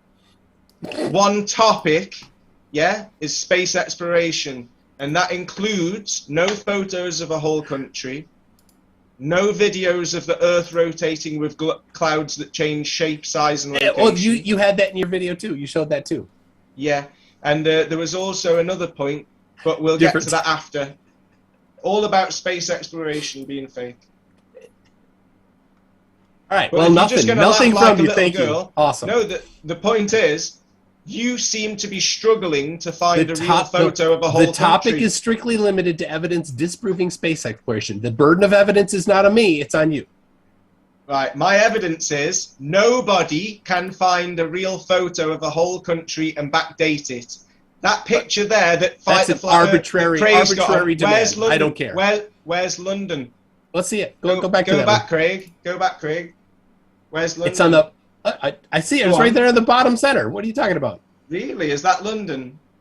I love how you make claims really quick, and then afterwards you realise London's literally right there. You can see the lights. You can see the Thames. Why is it hard for you to see? Where's London? Point out London, please. It's the where capital the big lot of of the lights UK. Capital of England. Where's London? The big lot of lights next to the Thames there. From where? I mean, I'm not from England, but I know where London is. I can see it. Go on, point out London. Oh. Look where the Thames is. Point out that big bright capital. Look where the Thames is, and there's a big bit of light there. Why is there not a big, massive orange glow where London is, Craig? There literally is, but you know, there is. And there's one. For Hold on. I I appreciate, Craig, you pulled up the photo, but you need to to be fair to Howard. Sorry. The topic, the agreed rules was it's toon only. Okay. Sorry. Okay, carry on. I see Ireland too.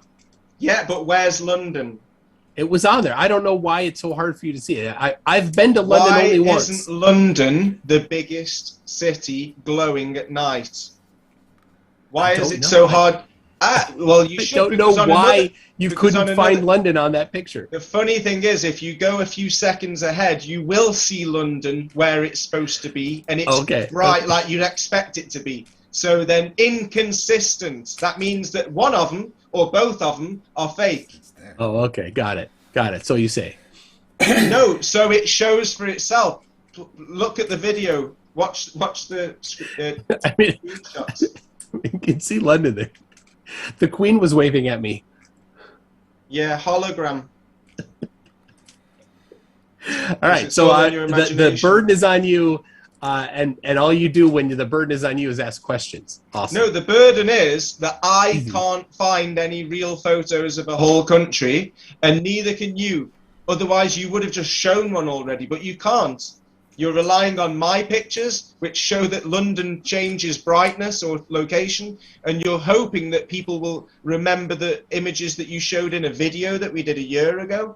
Is that all you've got, Michael? That's pretty No, the burden is on you, not me. The burden. If there is no photos, how can I show that there's no photos apart from challenging you to show some? You can't show any, can you? It's not on me. It's on you. There are no photos. Prove me wrong. But you showed some. You showed some.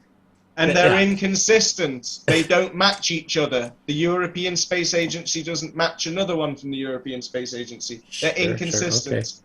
Just like the crappy videos from China, India, and Russia. They're all inconsistent. 1 minute. The moon landing. So you've got a minute to prove me wrong and find a photo. So you have the burden of evidence, not me. I'm saying that you can't find a photo, so the burden's on you to prove you're wrong.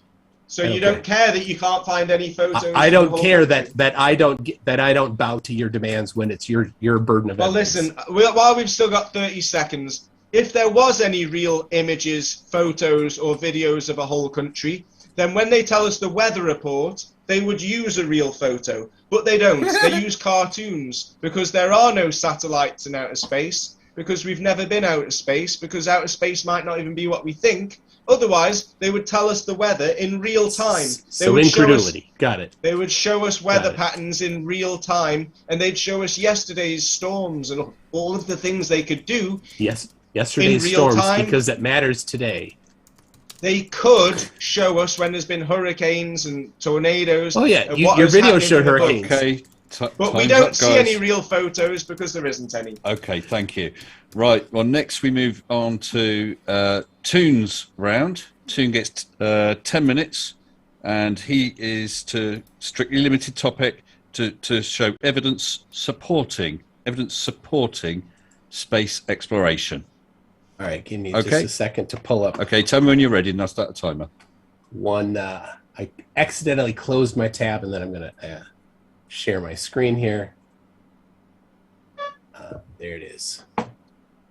And all right, ready? Are you getting that? All right, my topic is photographs and video of the landings on the moon. So I'll start with the 15,000 photographs that are taken on photographic slides, 70mm Hasselblad for the most part, are available for everybody to look at the museum in Houston. Now, I will also, all of this that I'm going over here, everything that I have is already linked. It's on my website, mctoon.net/moon-landing. So if anybody wants to follow along, you can find all of my links there. I won't be putting them all in the chat because it's too many. So here is one of the photographs that's on a photographic slide. This is the famous one from 1972. They call the Blue Marble. Here's another scan of it. It's a different scan done with a different scanner, thus the different color. And here is yet another one. This one you can actually see the photographic slide on the sides there. So any accusations of fakery or lying must be accompanied with evidence. As agreed to in this debate, I will write in the bottom of the notes, it says links to all evidence must be shared during the debate. So if you have any evidence, any claims about it, I will expect evidence. Maybe some forensic analysis of these particular photographs. They've only been available for 50 years for people to go analyze. Certainly, any fakery done would have been fleshed out by now by a photo forensics expert. So, or if you don't want to do that, if you don't want to just get somebody to go there, the Arizona State University, which is the one you're looking at, archive has non-lossy compressed TIFF images, and you can look on the side there. You can download it. This particular one, 1.3 gig is the size of the uncompressed, the non-lossy compressed TIFF. Then this is nice, a panorama from Apollo 11 from several of those photographs. I'll just zoom it around here quick. They took a 360-degree view, and then somebody stitched them together. So now we're going to get to something very specific here. This is the timeline of the Apollo 11 landing. They were on the moon for just a few hours. They weren't there for very long, like an Apollo 16 or so. They were there for 3 days almost. In particular, I want to point out that Neil Armstrong went to see what they call the Little West Crater. And these are the notes about it, and then you can see here the actual transcript. Here is the video of it happening, and you can see Neil is on the right side there. I'm going to speed it up a little bit so you can see him going through. There he is. This was taken on a the quality of these is rough because essentially they put a camera pointed at a TV monitor. There it goes. So he went off the side there, and then about 3 minutes later he comes back. So I want to show that. You can see there he comes back on the right, from the left side. Now, while he was off on that little excursion there, he took a large number of pictures, or not a super large number. Here they are here. A bit of a panorama he took at this little crater. The reason why I'm going over this will come back later, but here's a panorama somebody stitched together of the several pictures he took in those 2-3 minutes that he was over there. So that we'll come back to later.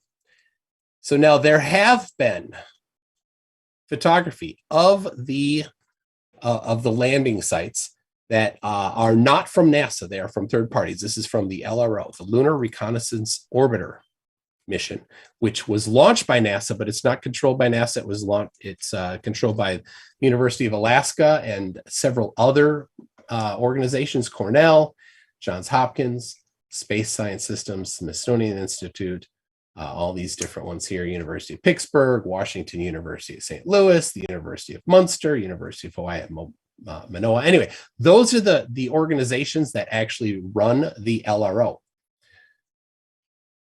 On the LRO, which orbits, still does, I believe, the moon. Here's the cameras. There's one there. There's another one there, and there's the control module. It was launched there on a rocket, and this is an artist rendition of what it looks like. So what did it do? Well, it got photographs of all of the different sites, and you can actually see them at different times of the lunar day. And these were done in different orbits at different elevations, so the quality varies based on the elevation of the pass there. And you can see, all right, there you go, the shadow's getting longer. So this is important right here. You can see right in the middle, from where the lander is the kind of bright thing in the center there. The sun is directly above, so it's super bright. You can see the path that Neil took to that crater, right? And a couple different views of it. You can see at different amounts of brightness. Just to go quickly here, then here is Apollo 12, taken with the same LRO, Apollo 14. Lots of pictures of all of these. Apollo 15, Apollo 16, Charlie Duke.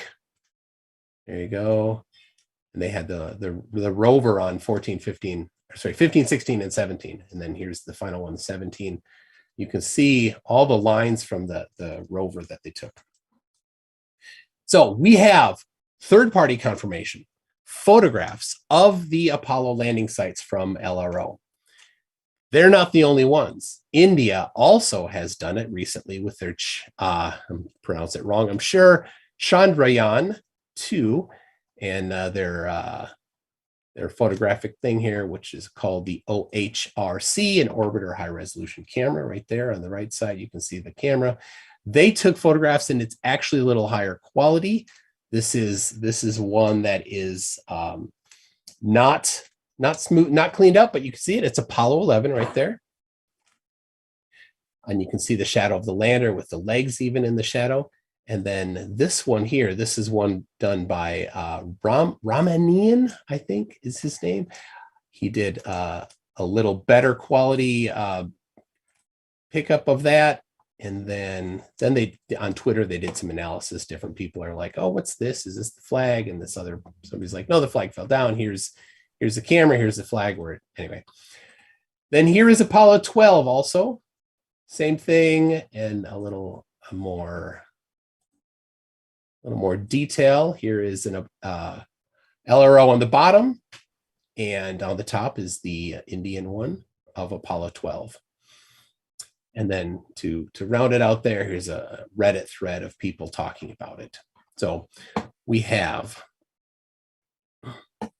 I'll stop my share. We have third-party, multiple lines of evidence, photographic evidence of the landing site, and showing specifically, both of them showing the trail that Neil Armstrong took going out to that crater, and confirmed by cross-referencing the video and cross-referencing the transcript of the entire time there, along with the photographs that he took when he was at that crater. And there you go. There's my evidence with one topic of space exploration. Mr. Sensible, you're muted. Yeah, thank you very much, Toon. You had a minute 25 left there. Okay, let me refresh for the counter. And Howard, you get 5 minutes uninterrupted by Toon to rebut his evidence. Okay, so if you'd like to go ahead.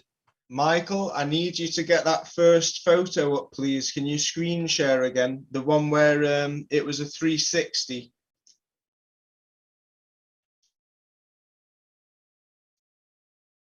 You can unmute yourself as well. Yep, I'm getting it. Just a second. You want, I did 2 of them. That was a 360. The first one. All and right. then the second one. I've just paused the timer a second. No, just leave it running. Everyone's had enough hold-ups already. It's going. This one? Yeah. So you're telling me that loads of independent professionals have analysed this and they can't find anything wrong with it?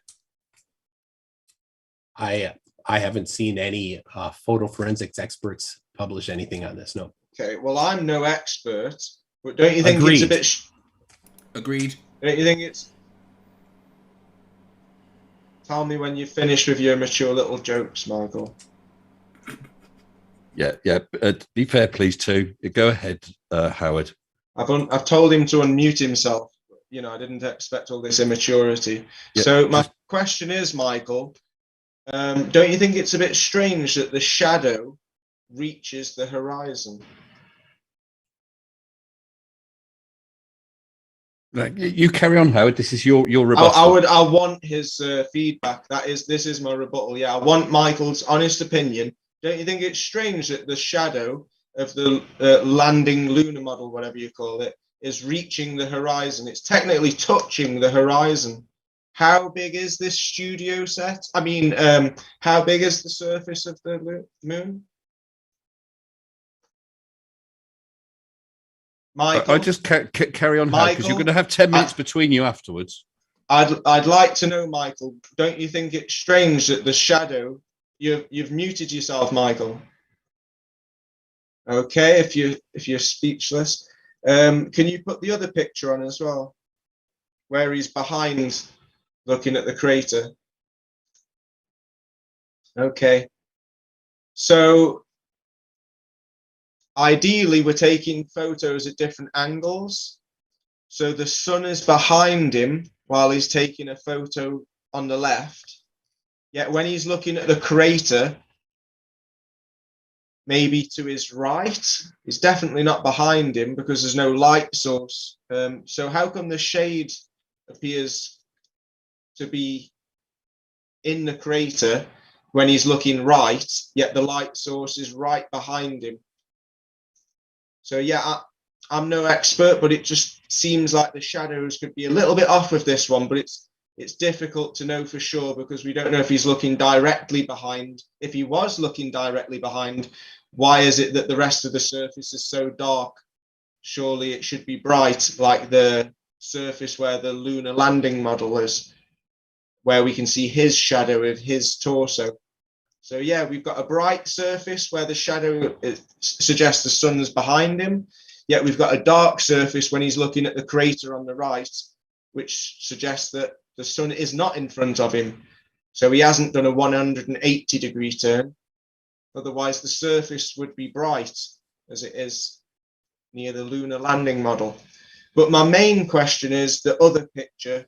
How come the shadow reaches the horizon? How small is that studio set?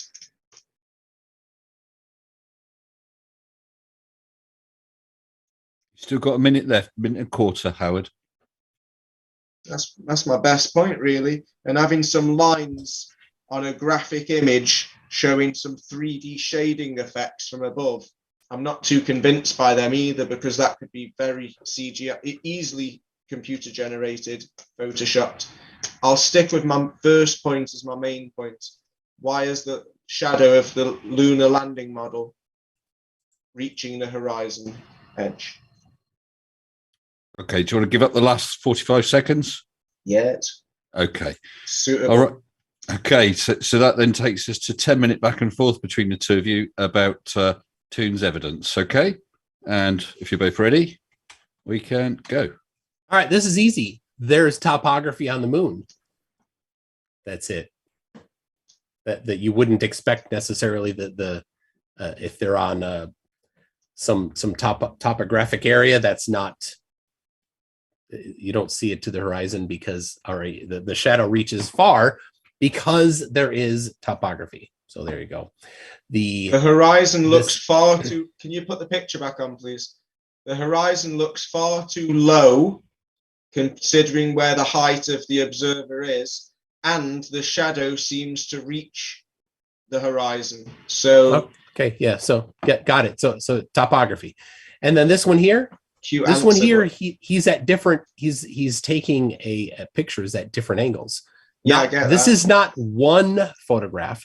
This is multiple photographs stitched together, and then you are only seeing them on your screen. You aren't seeing them curved. So the shadows are definitely going to be in different directions. Everyone that's ever taken a photograph at a at a sports event where you take a photograph, a panorama of the entire stadium, you'll see the shadows when you look at it on a two-dimensional viewing platform. They don't look normal. Everything is skewed because you're just stitching together photographs at different angles. That's what you're seeing there. So you do admit that the shadows seem to be a little bit off, because in the middle of the picture, which is definitely not 180 degrees looking the opposite direction, the shadow's facing the camera in that tiny little crater just above the radio to the right. You see that tiny little crater? So the shadow looks like the light source is in front of us, but we can see that it isn't because the rest of the surface is dark. And then on the far right, we've got a lot of shadow in the deep crater. And again, the shading above that crater and so behind that crater and before that crater is also quite dull. So where is the light source? If it's so dull, the light source should be definitely in front of. Are you trying to suggest that there's multiple light sources? No, I'm saying that why aren't we seeing the light source? I'm saying, why don't we see the light source, or why don't we see? It's the sun. It's behind him. Please, Michael.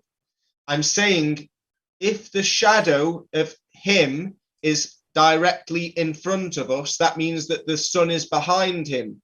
So when you're looking to the right of the picture and you see the crater and it's giving shade towards him, that's implying that the sun is in front of him when he's looking at that crater.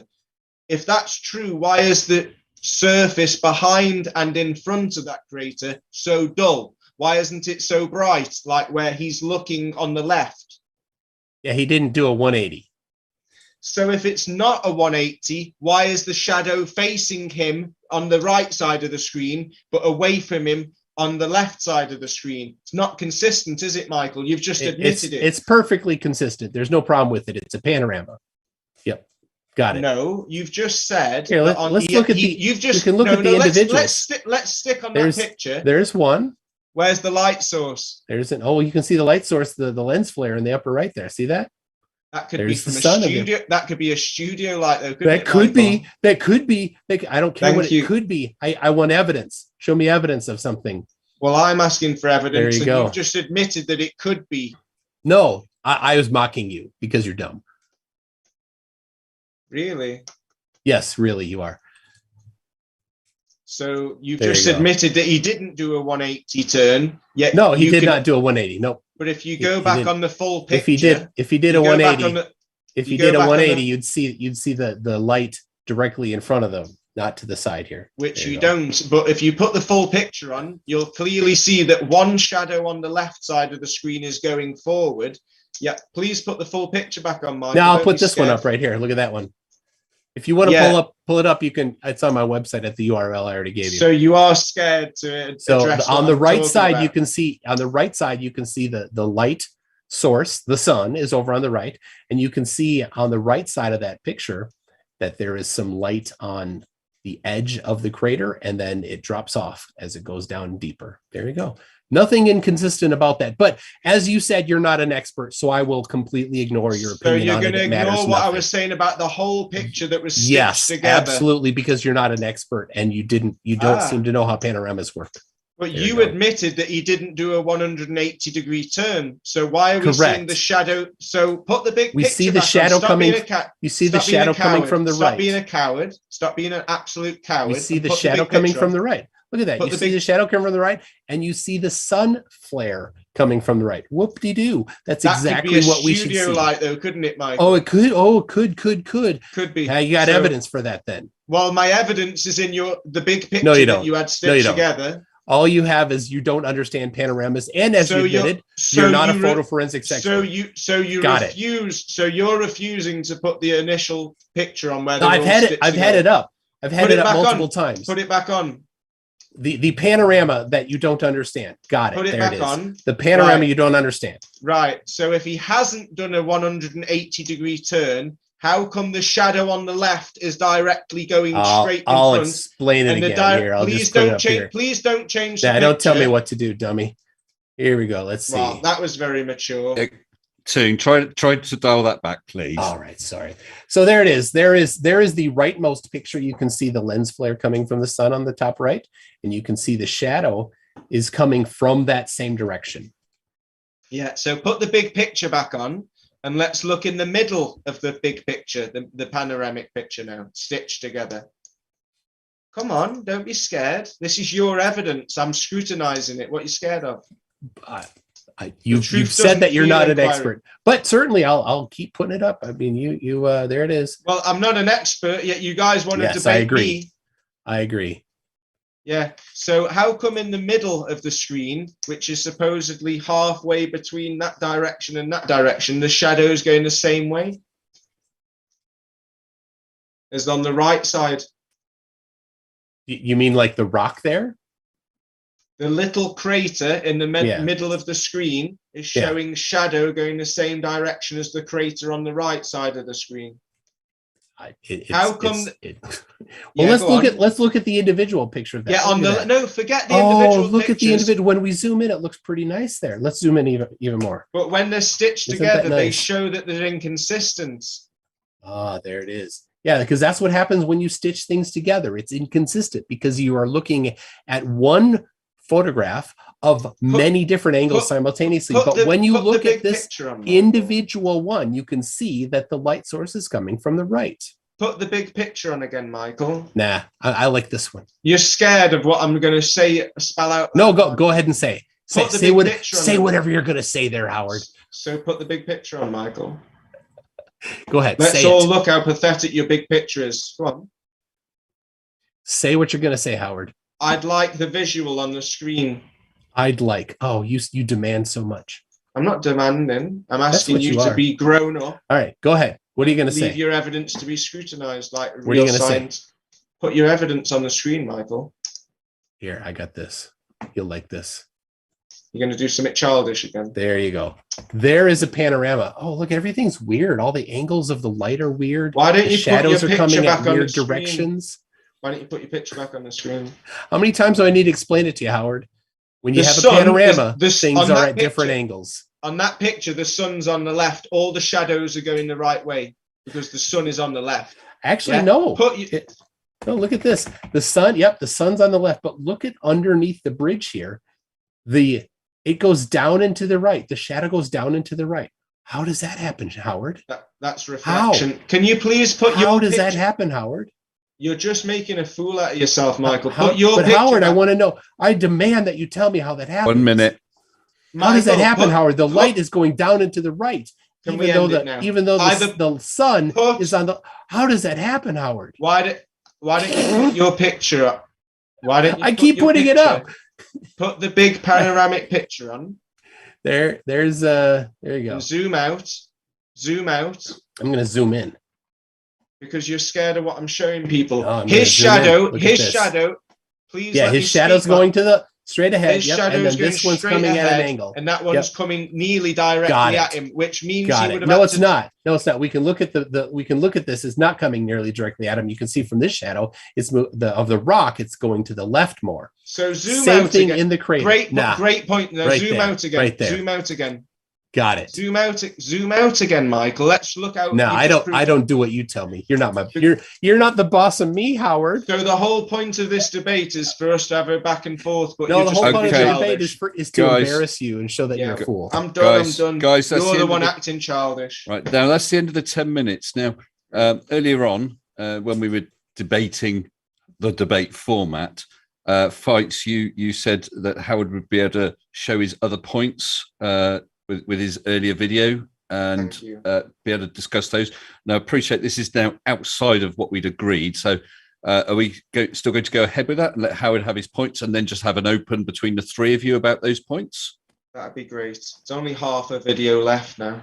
Hold on a second. Craig, you're muted, I think. I'm not up for that. No? I'm not surprised. Oh, you just proved what a coward I'm you not are, up for the lack of integrity from Howard, who can't keep agree to the format. That's why he was kicked off modern day debates forever. No, I was can't stick kicked to a off modern format. day debate because I emailed 3 days before saying that my video was going to be 7.5 instead of 10 and 5. Yeah, you it's changed still the going to format. be 15. And 3 days before I advised everybody, nobody said there was a problem. And then 5 minutes before, it's a big problem. It was all a setup. I'm not bothered. Yeah, of course it was a not set, but bothered. that's James, see what he says. I mean, I am happy to address your other points because they're praps. Thank you. They're all points refuted 1,000 times, but just So let's go just into the them, globe yeah? stuff. All right. We'll get through them quickly. Toon does need to head out though. He did tell me that he wouldn't be able to stay for too long. So Toon, do you just want to quickly give final thoughts and tell people where they can find you? Sure. My channel's MCToon.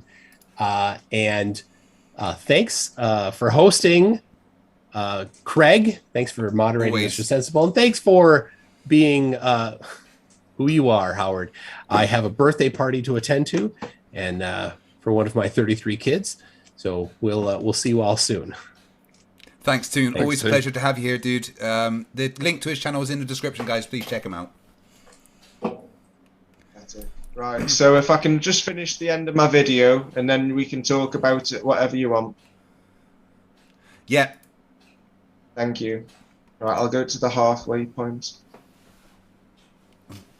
So, can you find a video of the whole globe spinning with clouds that change shape, size, and location? Yes. Because all of the official footage looks animated. Because we Okay. can see half a rotation is 12 hours, and we know that the weather's changing constantly. So Uh-huh. I'll just quickly explain. This is you, Craig, talking. I know. in front of a Look at that gorgeous globe. guy. Isn't he a fucking Yeah. stunning beast? Now, we can all tell that that globe is animated because the clouds aren't moving at all. Now, this one's a bit more convincing because the clouds are moving, but they're just moving. They're not changing size or location. I mean, or they shape. literally did. They're just... yeah, but if you look at them closely, they're graphics, aren't they? They're just swirling. No, they're not I mean, actually... that's a lovely claim, but you are literally showing videos of the things that you're saying don't exist. Right, but this is your video, Craig. Yeah, from exactly. Your video, so we can Yeah. see that that is computer animated. No, it's because not. there's no It's lang- really not.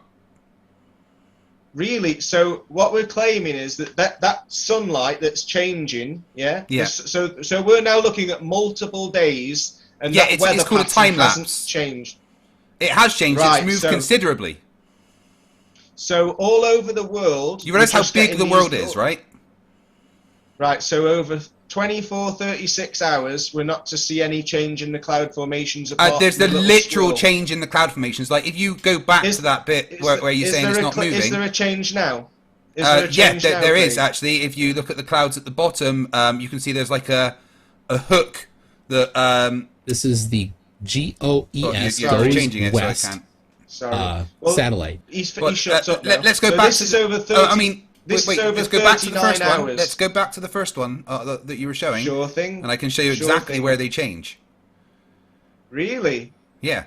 You think that the clouds are changing shape and size and location? Yeah, it's going on now. Yeah. So throughout so that animation is what, about 6 seconds? 5 hours. Yeah, but the actual animation that I had on the screen there. Just go back and play that first one again. Where it shows animation. I'm glad you call it an animation, because that's what it is, an animation. Well, it's the animation that I created of this, with it zooming in and stuff, but it's obviously of the video. So, and that's over about a day and a half as it plays. Yeah, same as what Toon's going to show us so now. play it again over the day and a half. Right. So you got so there's half a day. There's a full day. Right. So yeah, it's literally about a full day, and you can see in that full day that cyclone actually moves about, I don't know, a fifth of the distance up the globe. I'd say that's pretty good for a day's movement. Well, how come the clouds are still bright white at night time, Craig? Because the camera was set up. The camera was set to pick that up. Really? Yes. Yeah. Different cameras have different lenses that capture different things. That's Technology is amazing. That it can... Technology is amazing. That is amazing. Technology is amazing. Technology is amazing. So now yes. Well done. Let's take your faith. Let's take your faith and don't apply have faith, it to please the don't official strawman me. footage. Well, let's apply it to the official footage. So here's some official footage where the clouds aren't moving at all, swirling. Literally moving. They are not moving at all. No, they're not. They're moving across the screen because the ball's turning. But the ball that's turning hasn't got any movement in the clouds. There's no movement in the clouds for 5 hours. There is movement in the clouds. You can literally see that it changes. So, I mean, Howard, hold on. You're skipping over the fact that there is movement in the clouds while saying there isn't movement in the clouds. They literally change shape. That the clouds aren't moving on the ball. The ball but they is rotating, are. But the you clouds... can keep saying they aren't, but they are. Okay, show me where the clouds are moving in this animation from Goddard, the official footage from NASA. Go on, show me which clouds are moving, You can literally see Craig. that they're moving. Where? Like if you look at the ones at the bottom, this make the ones that are most obvious. You got like a little. It looks like a little claw thing, right? And that and the thing to the left of it, the distance between them increases throughout the day, or throughout the 5 hours of that video.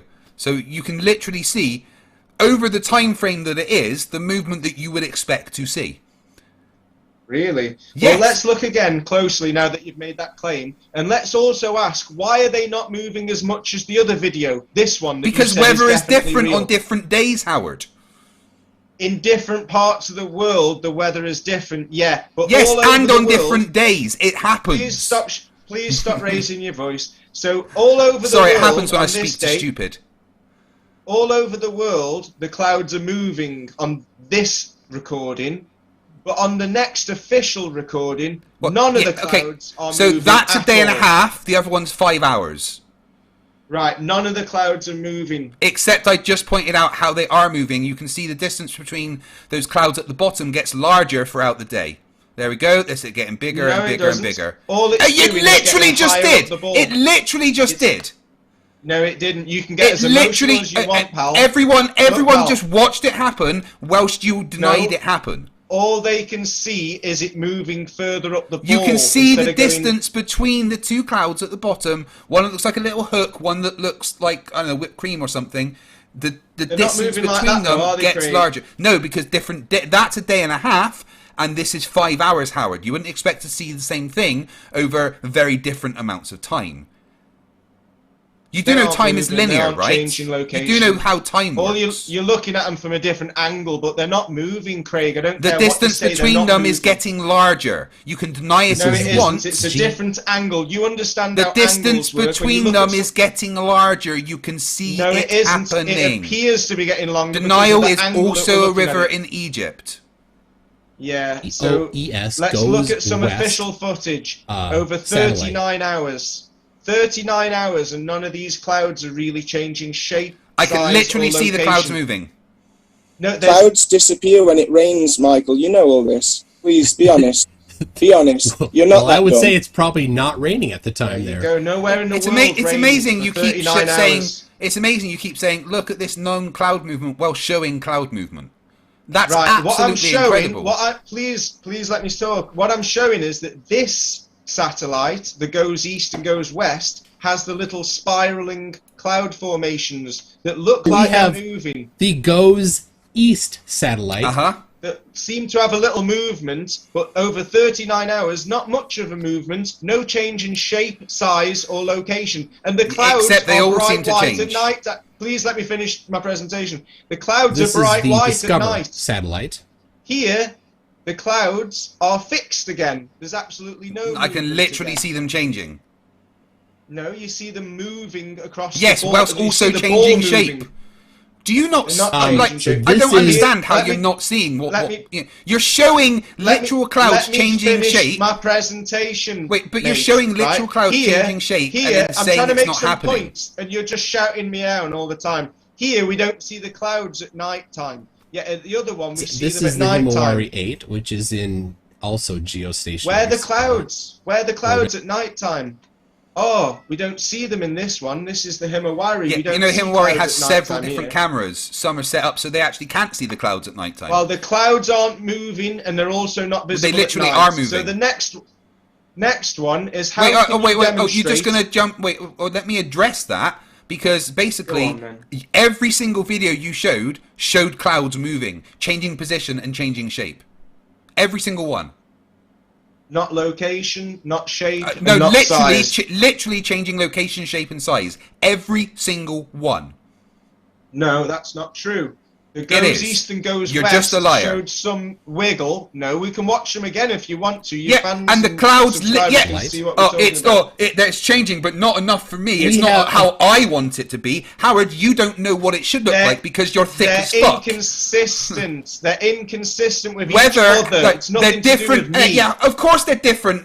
They're different cameras, different days, different time lapses over different periods, different weather conditions, different Don't have a- everything. Of course they're going to be different. Don't get your knickers in a twist, pal. I'm not getting my asking knickers why in are a the twist. clouds I am completely different? exasperated about your fucking stupidity. Look, just if you start swearing and shouting, I'm gonna go, right? What I'm Oh, trying to I'm get a sorry. point Did your through fifis is- get hurt? Shall I call you a wambulance? No, I'm just not interested in speaking to immature people. If you can't Immature speak like people, a grown-up, then you I'll are end it now. an immature person. Everything about you is I'm an immature person. Look, you are a you're liar. talking about You me- are a you're con talking artist. about- You are a you're making a conspiracist. claim- Everything You're about you just is immature. shouting Don't call about me immature. You're just shouting about me as a person. You're not addressing the evidence that I've showing. literally Here- addressed the evidence by saying, you are wrong, look at it, it's moving. I'm looking at it, and I can see that here there's clouds that have a little wiggle, but they don't change shape, size, or location in 39 So different hours. clouds 39 doing hours. different things on The different goes days. east And then from a satellite. different side So, of the earth, Howard, they're showing so the what? same problem. Different clouds, So it's different days, different weather so- patterns. All over the world, from different satellites, we've got no change in shape, size, or This location is for the 39 Discover hours. satellite. Here, we've There got was no change. movement, There, no you wiggle. literally showed change. What about here, Craig? There's no wiggle here. There's no wiggle at all. It's like the Goddard one. They're fixed. It's not showing a consistent. It's- It's not rotation. That's like So chopped this up, so is it's hard to this tell. is the Himawari 8, which is This one's without rotation. And Guys, again, there's no also wiggle. geostationary. Guys, we're getting clouds- into a bit of a just contradicting now. Yeah, so I'll move on to do the you want next to move point. on to the next one? Yeah, so we can get yeah. through them? I just Thank finished. you. Basically, clouds do different things on different days. Different satellites see different things because they're set up to do that. We see what we expect to see in every video you showed. It's not my fault you don't understand it. You see what you want to see. No. because We you've see got what we confirmation expect to bias. see. We see what we You what you expect want to see. We see I what we expect to see see. clouds that wiggle. and Well, that's change because shape, you're size, wrong. location. You are wrong about Maybe. what you expect You to have see. your opinion. You have No. your opinion. I have Here's the next facts. point. You are just wrong about what you expect to see, and then you could using that as show an me the argument, clouds that's called moving. personal incredulity. If you could Right, show me next clouds thing then. moving on the Goddard, that'd be great. But you haven't. You've Wait, just claimed anyway, they're moving. I thought you were gonna the points Can that you showed demonstrate? in my. Can you demonstrate? Wait, hold on. Demonstrate? Wait, stop, Can Howard. you Stop. One demonstrate? sec, Howard. Stop. 1 sec. Fuck's sake. I thought we were going to go over the points. Swearing. Chill the fuck out. All right. I thought we were going to go. You're the one having a fit. Chill the fuck out, Howard. Okay. You're the one swearing and Howard, shouting. chill the fuck out. Okay. I'm chilled, mate. You're the one swearing. Howard, chill the fuck swearing out. Okay. Calm down. I'm totally chilled, Howard, Craig. You're the chill one out. that Right, keeps stop having a talking. fit. Howard, stop talking. There we go. Right. I'll stop talking when it's you okay. stop Howard, chill swearing out. and shouting. Howard, chill the fuck out, dude. Just calm down. I'm chilled, mate. There You we just go. need to stop swearing and shouting. No, the word "fuck" is amazing, and I like saying it, so I'm just going to say it. But please just chill the fuck out. If you swear and shout, I'll interrupt. I'm not bothered. Please just chill the fuck out. Right, it's okay. It's okay. I'm totally right. chilled. I'm totally chilled. Chill the fuck out, dude. So how about you? The evidence that you were going to present from me, not the stuff for Toon. That's what we were going to go over. I'd like to quickly finish these last points because. Well, no, I'm not leave. doing Toon's argument. I wanted to go over the arguments that you had from me. Look, you had your chance. Actually, that is a good point, Howard. No, you made an agreement. You said I could show the rest of my presentation. That's the agreement we made. Yes, so it was the presentation that you were making to fight that you were supposed to be finishing. No. He agreed that I could play the rest of my presentation after of the one from me. No, you changed that after, and everyone heard it. So my point is, why can't you show me a landmass I wasn't or a arguing gas about giant space skepticism. Reflecting sunlight Howard, from behind can we do the points for me? I'm Here's the globe Sensible. Earth guy. Here's Mr. Sensible. Howard, The sun is behind you as it's set, and Venus is in front of you. Can you just After the sunset, you can see Venus in the blue sky. When the sun's setting behind it, and it's very clearly bright, and it's flickering like the stars. Okay, yes, the sun is sometimes setting behind Venus, but because of how bright Venus is and how far away it is, and the fact that our eyes can't resolve it... Alright, no one can hear it, Howard. I've muted it on my stream. Turn it off. It's just a loud mess. No one can hear it anyway. Mr. Sensible, just can you stop his sharing?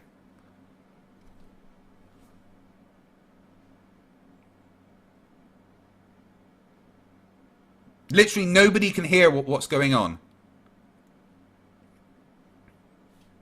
Just, Mr. Sensible, someone please turn off his screen share. As host, you should be able to do that, Mr. Sensible.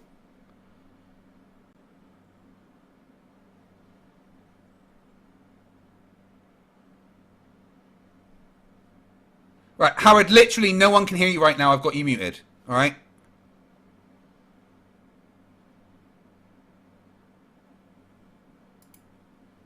Okay.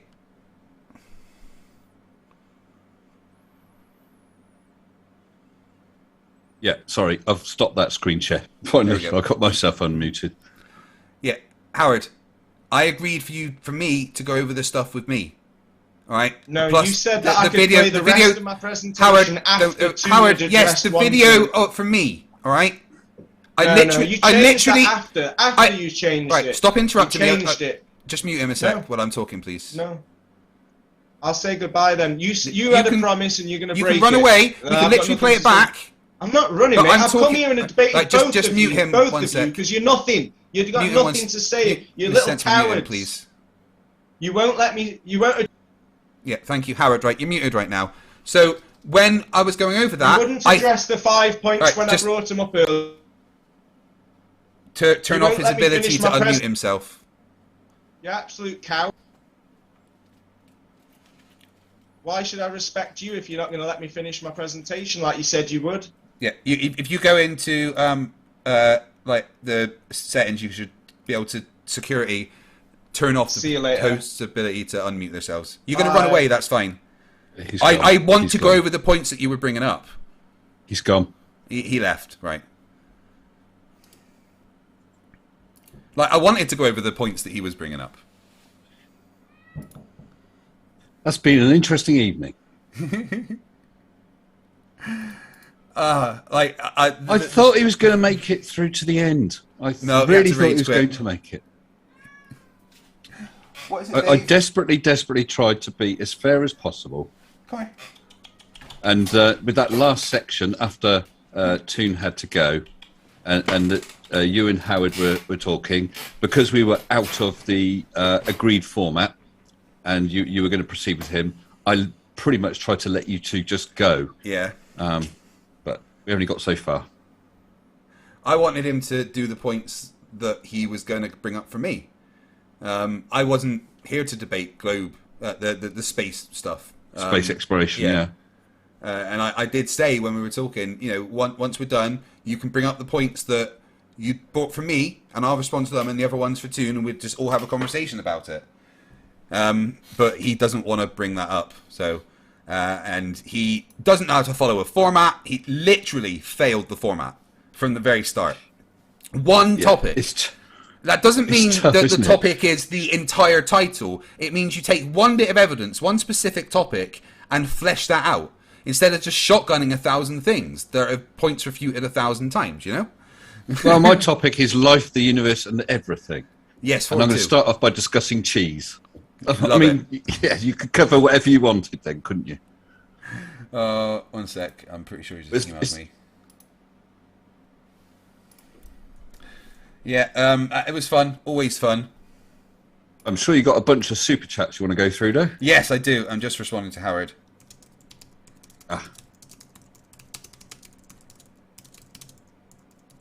And hello to everyone in the chat. I have been trying to watch the comments where I could.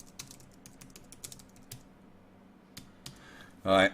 This is why Howard got banned completely from modern day debates, because he doesn't understand how formats work. Like in modern day debates, right, it was supposed to be 5 minutes for one topic and then 10 minutes for the other. Then a couple of days before, he's like, oh, I've done 2 videos of 7.5 minutes instead. And we're like, okay, that's whatever. But the format's still 10 and 5. No one agreed that the format would change. We just expected he would do, part of one video and then, maybe do the rest in the back and forth or something. But when he turned up and he was like, yeah, the format's been changed. And we were like, no, the format is what it is. He was like, oh, you're just making it difficult. I'm not going to do it. I'm running away now. And we were like, but I'm here ready to do the format we all agreed to. It's not my fault that you decided you wanted to change things. So did he just because I didn't see that one, did he just leave the debate? Yeah, he left before it even started, and we had to get fucking Ross Iron Horse on. Oh, I think I saw a bit of that one, and so therefore, because he basically let that channel down by not following the agreed format, he's banned. Yeah, basically. So that's always fun on the Flat Earth debates. I've got another one tomorrow. Who's it tomorrow? I forget his name now. Christopher Woods, who... That's a new one. Yes. He's been preparing for a month and a half. Wow. Yeah. Should be a good one then. I hope you got your ducks in a row. There's a reason why my debates have debate. Seriously, just every single one. Debate is in quotation marks because there's no debate. Yes. These people don't understand anything. You saw how he was just denying. This is my experiment. Oh, well, what's your manipulation? The location. You can't manipulate the location. Yeah, you can. You just fucking change your location. That's something quite common with flat earthers. I think they picked it up from Riley, these arguments about wiggling the independent variable and what can and can't be an independent variable. Can time be an independent variable? Absolutely it can be. Yeah, he said that I was the first person to tell him that time and position could be an independent variable. He said, I've been talking about this for 5 years before you came along, and no one's ever said that time and location or position could be independent variables. And I'm like, well, they probably have, and you haven't listened. And also, I don't care what other people say. I'm telling you right now that time and location can be, in fact, in experiments, time is in an experiment, 98% of the time, it's going to be the independent variable. I used an example when arguing with Riley and others in a comment section of video. I said, I'm going to do an experiment to see if you can hard boil an egg. I've got a pan with some water and I've got a gas cooker.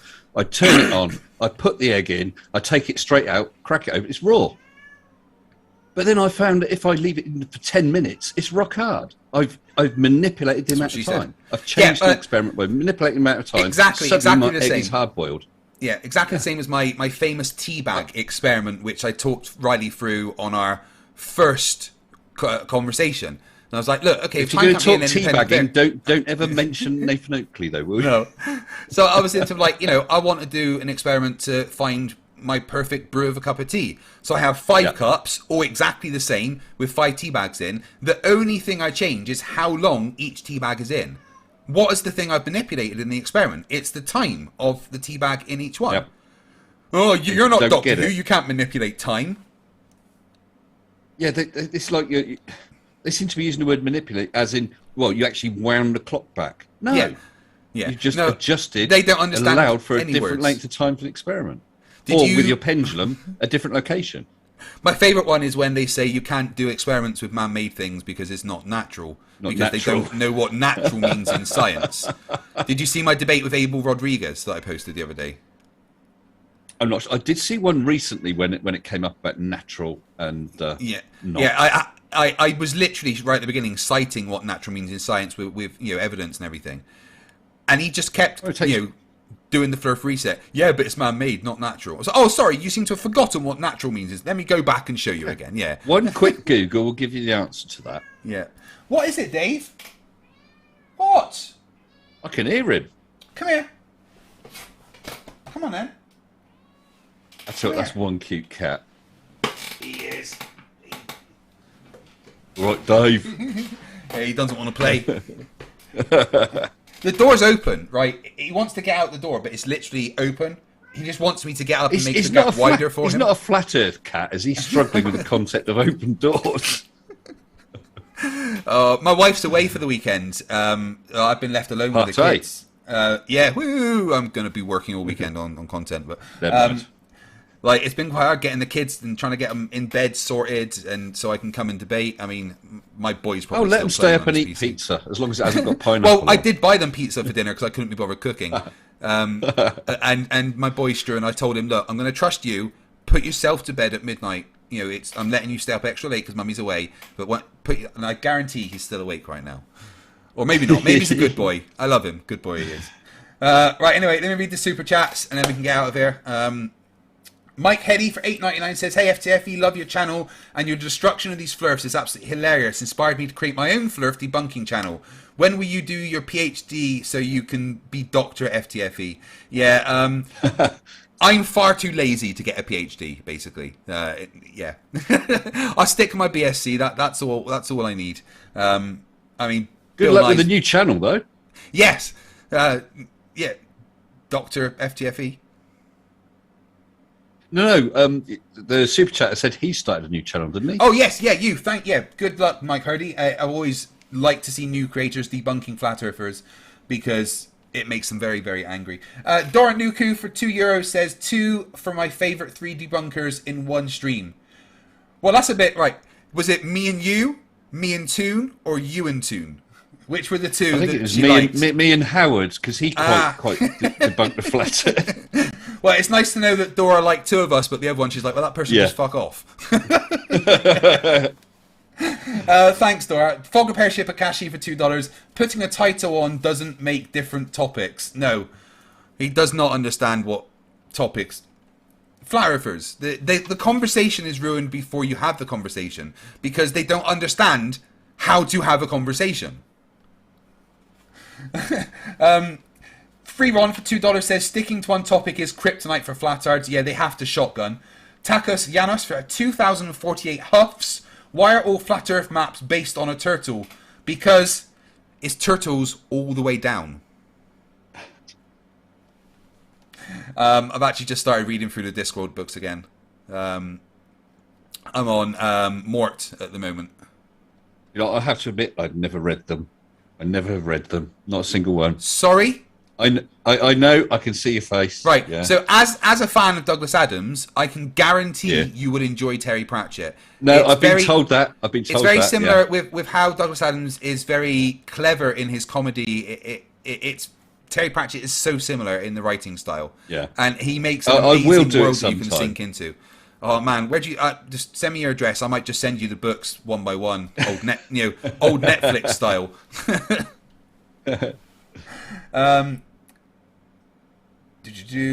Grimlock for $2 says Flerf bingo, baby. Yeah. Flerf bingo is very easy to get when talking to someone like Howard. You just have to let him talk for about a minute, and you've probably got them all. Jake the Surgeon for $10. I have a book that says reality as is Azeroth's dream. How do you know everything isn't a dream of a being that exists in a realm where change doesn't exist? Yeah, that's basically what you were saying about the pendulum, right? Well, it could be another force. What, like some fifth dimensional,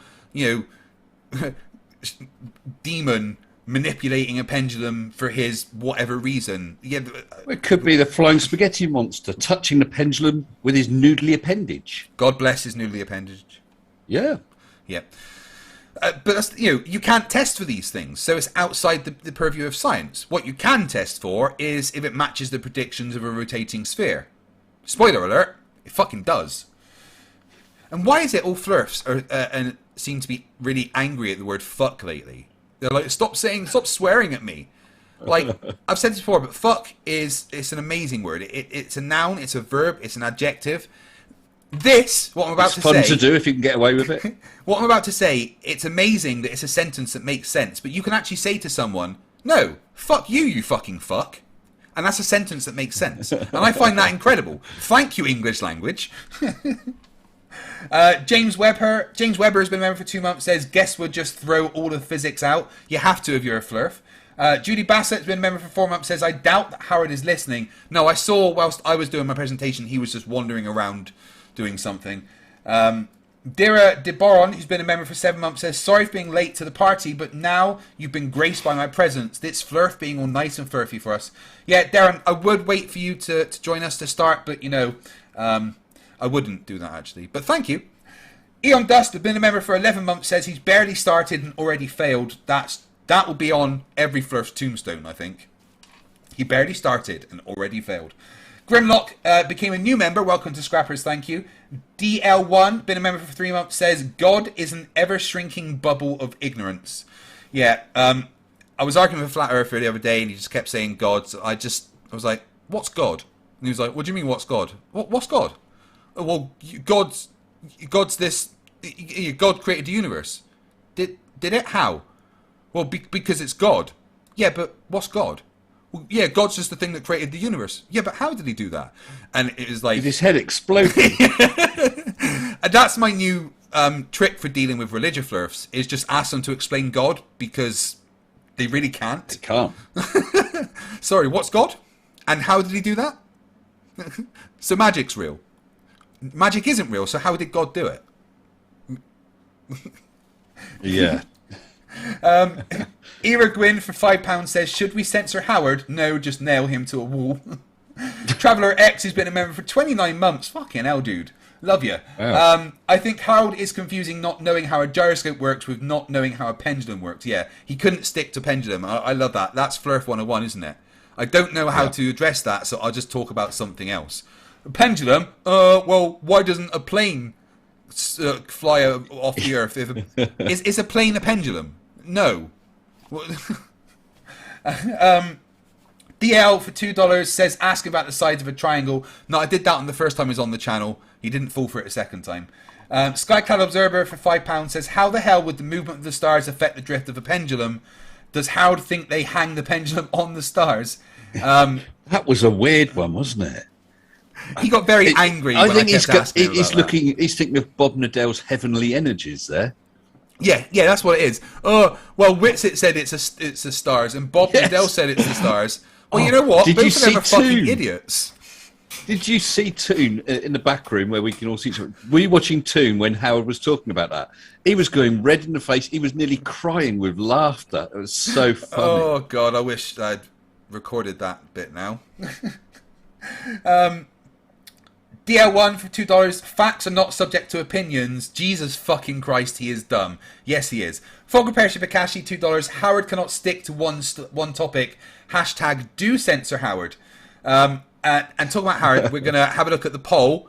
The poll was, should we censor Harold? Yes has 20%. No has 30%. But 50% wins. We've used the fucking mute button already. Fogger Persia Bakashi for $2 only takes 1 second for a copyright strike, Howard. I mean, you can claim it back if it's like under 10 seconds and stuff. It's a pain. It's just a fucking hassle. And Howard is notorious for getting fucking copyright strikes for people. Eon Dust for $5 Australian says, ugh, he loves being the victim. Must be how he gets off or something. Yeah, it's the only way that he could get off because, and I stress this quite heavily, nobody could ever love Howard, and anyone who ever has loved him was wrong. DL for $5. Oh my god, the pinky in the pocket reminds me of the first stream I watched live. Yeah, that ISS video, I've debunked that 1,000 times. He grabs the dude's pocket with his finger and pulls him towards him. It's done. Second best Bob, been a member for 2 months, says don't censorship Howard. Howard needs censoring, like, totally. Mr. Toffee's been a member for 7 months, says this chap is a salesman. Lol. You spell idiot wrong. Fogger Persia Bakashi for $2. Burden of proof is on the claimant, Howard, not us. Are you kidding me for $4.99? Says Harold's new name should be Harold the Lazy Flerf. Doesn't want to look for evidence himself. Yeah, what is this with his evidence is the fact that we can't find the evidence he wants. Yes. You know what? I imagine it is quite difficult to find pictures from space of a whole country from the same angle, night and day, going back 10 years the same. I'm pretty sure that doesn't exist. Some of the staggered or stop motion photos he used of countries over several years were photos that I used against him. So he'd obviously taken them from that debate. So I don't know quite why he thinks it's, there was Egypt or whatever. You said, why can't you see any cities? Well, it was the development of an entire port, and there was farmland being, I mean, it was photographed over many years showing development. He literally kept showing videos and photos of things and then going, it's not doing what it's doing. Like, yes. But it is, Howard. Those clouds, you can literally see them moving. Why isn't it moving as much in this one as this one? just said it in the comments. My evidence is there are no pictures of a flat Earth from space. Show us one, Howard. Yeah. Who is this Flat Earth Thistle? FTFE's moderators keep muting me, trying to censor all of my comments. Occasionally one of my comments gets through between mutes, which they use to claim they aren't censoring me. This is an outrage. Yeah, so I'm pretty sure that guy is Flat Earth Demigod, the Poe from the other day. So wacko troll, all you like, guys. It's fine. Yeah, Howard's amazing at denying things while showing them. It's quite impressive. Justin Crow for $1.99 says, fantastic dumpster fire. Thanks, Craig. Pleasure to oblige. James Weber for $10 says, if satellites aren't real, how did I make accurate call for fires while an NCO in the infantry that put accurate rounds on target using GPS locations and satellite imagery? It was fucking magic, obviously. The same way that I managed to make a phone call from the middle of the ocean whilst aboard HMS Westminster. You know, it's was it amazing. On a really, really long cable, though? Yeah, it was just, it trailed behind us in the sea. One of those curly ones. It was a satellite phone, stretch. and no lie, the battery was a briefcase. And this thing was like, you know, like you see the businessmen from the 80s with their mobile phones. It was like that, you know, and you were allowed an Don hour. Jolly with his huge phone. Yeah, remember that? You could. Hello. God, that takes me back. Yeah, doesn't it just? And you were allowed like an hour a month to use a satellite phone to phone your family and stuff. Like, yeah, how did I do that? How did I fucking do that if satellites aren't real? Incredible. RateBot, the most amazing AI I've ever created, says for $10, this has been hilarious, great show. Hashtag stop censoring Harold. Never. Fogger Persia Bakashi for $2. Icy London, icy France, icy burning pants. Yeah, this is fucking brilliant. when he's this and he's like, oh, why can't I see London? He thinks that this on the right is the UK. That's the north of France. Whereas what you're seeing on the left there is you know, the south of England and Dover and stuff. So London is right there, where it's supposed to fucking be. Fantastic. Fantastic. Oh, what a fucking idiot. Like, never, the stupidity that is of Flerfs, just sweet, that is, isn't it? Never ceases to amaze me. Yeah, he must have thought that Wales is awfully tiny and Cornwall is really quite fat.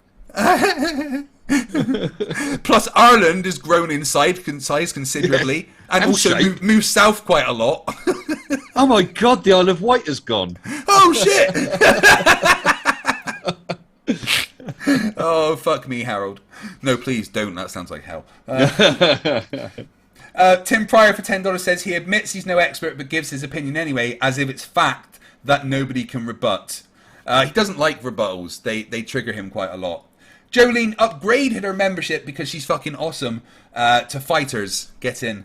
Alison for $5 says, Toon actually insulting someone is why I got out of bed this morning. This Flerf is seriously dumb. I like the fact that you had to tell Toon off. Yeah. Stop being a naughty boy, Toon.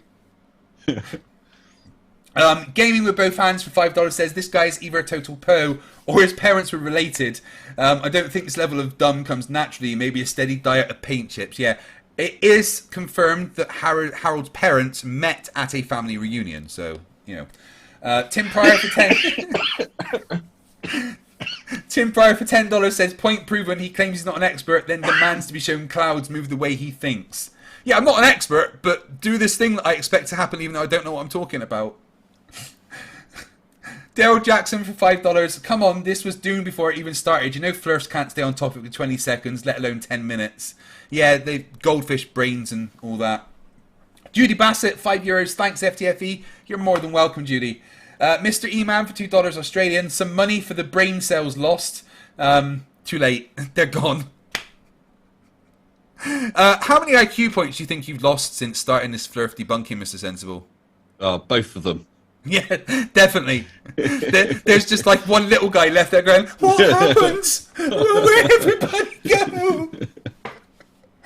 Oh, Mr. No, I read that one. Eon Dust, who upgraded their membership to Destroyers. You're amazing. Harold for $5 says, I volunteered to do a Harold versus Harold debate. There can only be one. Please go all Skylander. Not Skylander. Is it Skylander? I know what you mean. I can't remember what it's called now. Highlander. Skylander's the Spyro the Dragon. Yeah. Please go all Highlander on Harold. I fully authorise that. Absolutely. Connell Silverfur for $5. Some Flerfs literally think science is witchcraft. Howard the Coward is no exception. At least it explains why they fail to learn anything. Learning is kryptonite to flat earthers. Jolene, been a member for 8 months, says, my girlfriend found a new way to insult me when she's mad at me. She started calling me a Flerf, and that makes me a sad panda. Yeah. That's cruel. That's really nasty. When I'm angry with my daughter, I call her a flat earther. Go to your room, you flat earther. No, that's child abuse. I wouldn't do that. That's not good, Craig. Not good at all. No. Well, if my daughter wants to trigger me, she just runs in the room and goes, the Earth's flat. No. I'm like, get out. Indie Tiger's Sci-Fi Review for $5 says, what time is it on Flat Earth? Daytime. It's always daytime on Flat Earth. Facts. Pat in the chat for 5 months, been a member, says, Mr. Sensible, MCToon and FTFE in one video. Great way to cap off a working week. Good job moderating, Mr. Sensible. Cheers. Yes, very good job, Mr. Sensible, and thank you very much for coming on. My pleasure, I think. You regret it in the morning. Windbreaker for 50 Nokia says, the flirtiness of Howard is up to 11. He can't count that high, so no. Pat in the chat for $5. Nobody has ever presented positive evidence of the flat earth. And as we all know, absence of evidence is evidence of absence. Yeah. Just reverse it on Howard. Why can't you ever find me a picture of the flat earth from space, showing the entire thing? With clouds moving as I expect them to on a flat earth, which means there wouldn't be any clouds because weather would technically be impossible, but you know. Greg Ware for $2 Australian. There is dumb, then dumber, then Flerfs, then Harold.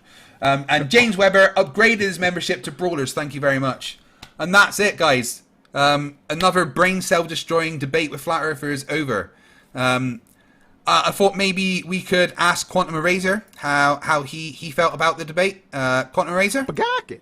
I'm an idiot. I'm a stupid moron with an ugly face and a big butt, and my butt smells, and I'd like to kiss my own butt. I'm an idiot. Bagaki. Now, who can argue with that? Yeah, that's the most sensible thing I've heard a flat earther say in 3 and a bit years. Definitely. Yeah. What you got coming up on your channel, chap? Right now, I'm struggling because my employment is hell. We're absolutely swamped with work, and with my shifts, it's terrible. So right now, I have nothing in particular in the pipeline. I'm always looking. Yeah, it's tough right now. I tell you what, with the amount of flat earthers out there. I'll put in a word with the guys in NASA HQ. I know you've been working as a janitor on the moon base for a while, and it's hard work. 3/4 of your working week is commuting back and forth to the moon, I know. So well, yeah, it doesn't help, does it? Yeah, so maybe if I can get you an easier job, you have more time for debunking. I'll have to speak. That's nice. I'll speak with Karen in HR, but last time I asked about that, it was Young Blue Marble. Do you remember that guy? I asked about getting him promoted, and he disappeared.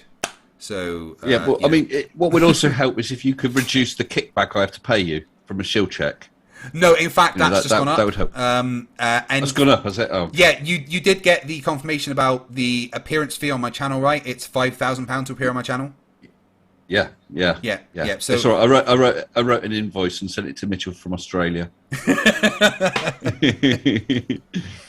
Well, I don't know if you, like me, with this high inflation and expect prices going up all over the place. When you're filling up your car, you get that sort of hot, sweaty feeling, and you feel really sick. That it might be that you're suffering from coronavirus. Oh, definitely. Yeah. Yeah. So I drive a Hyundai Ioniq, which it's brilliant. It's a hybrid, and a full tank of petrol lasts for a long, long time.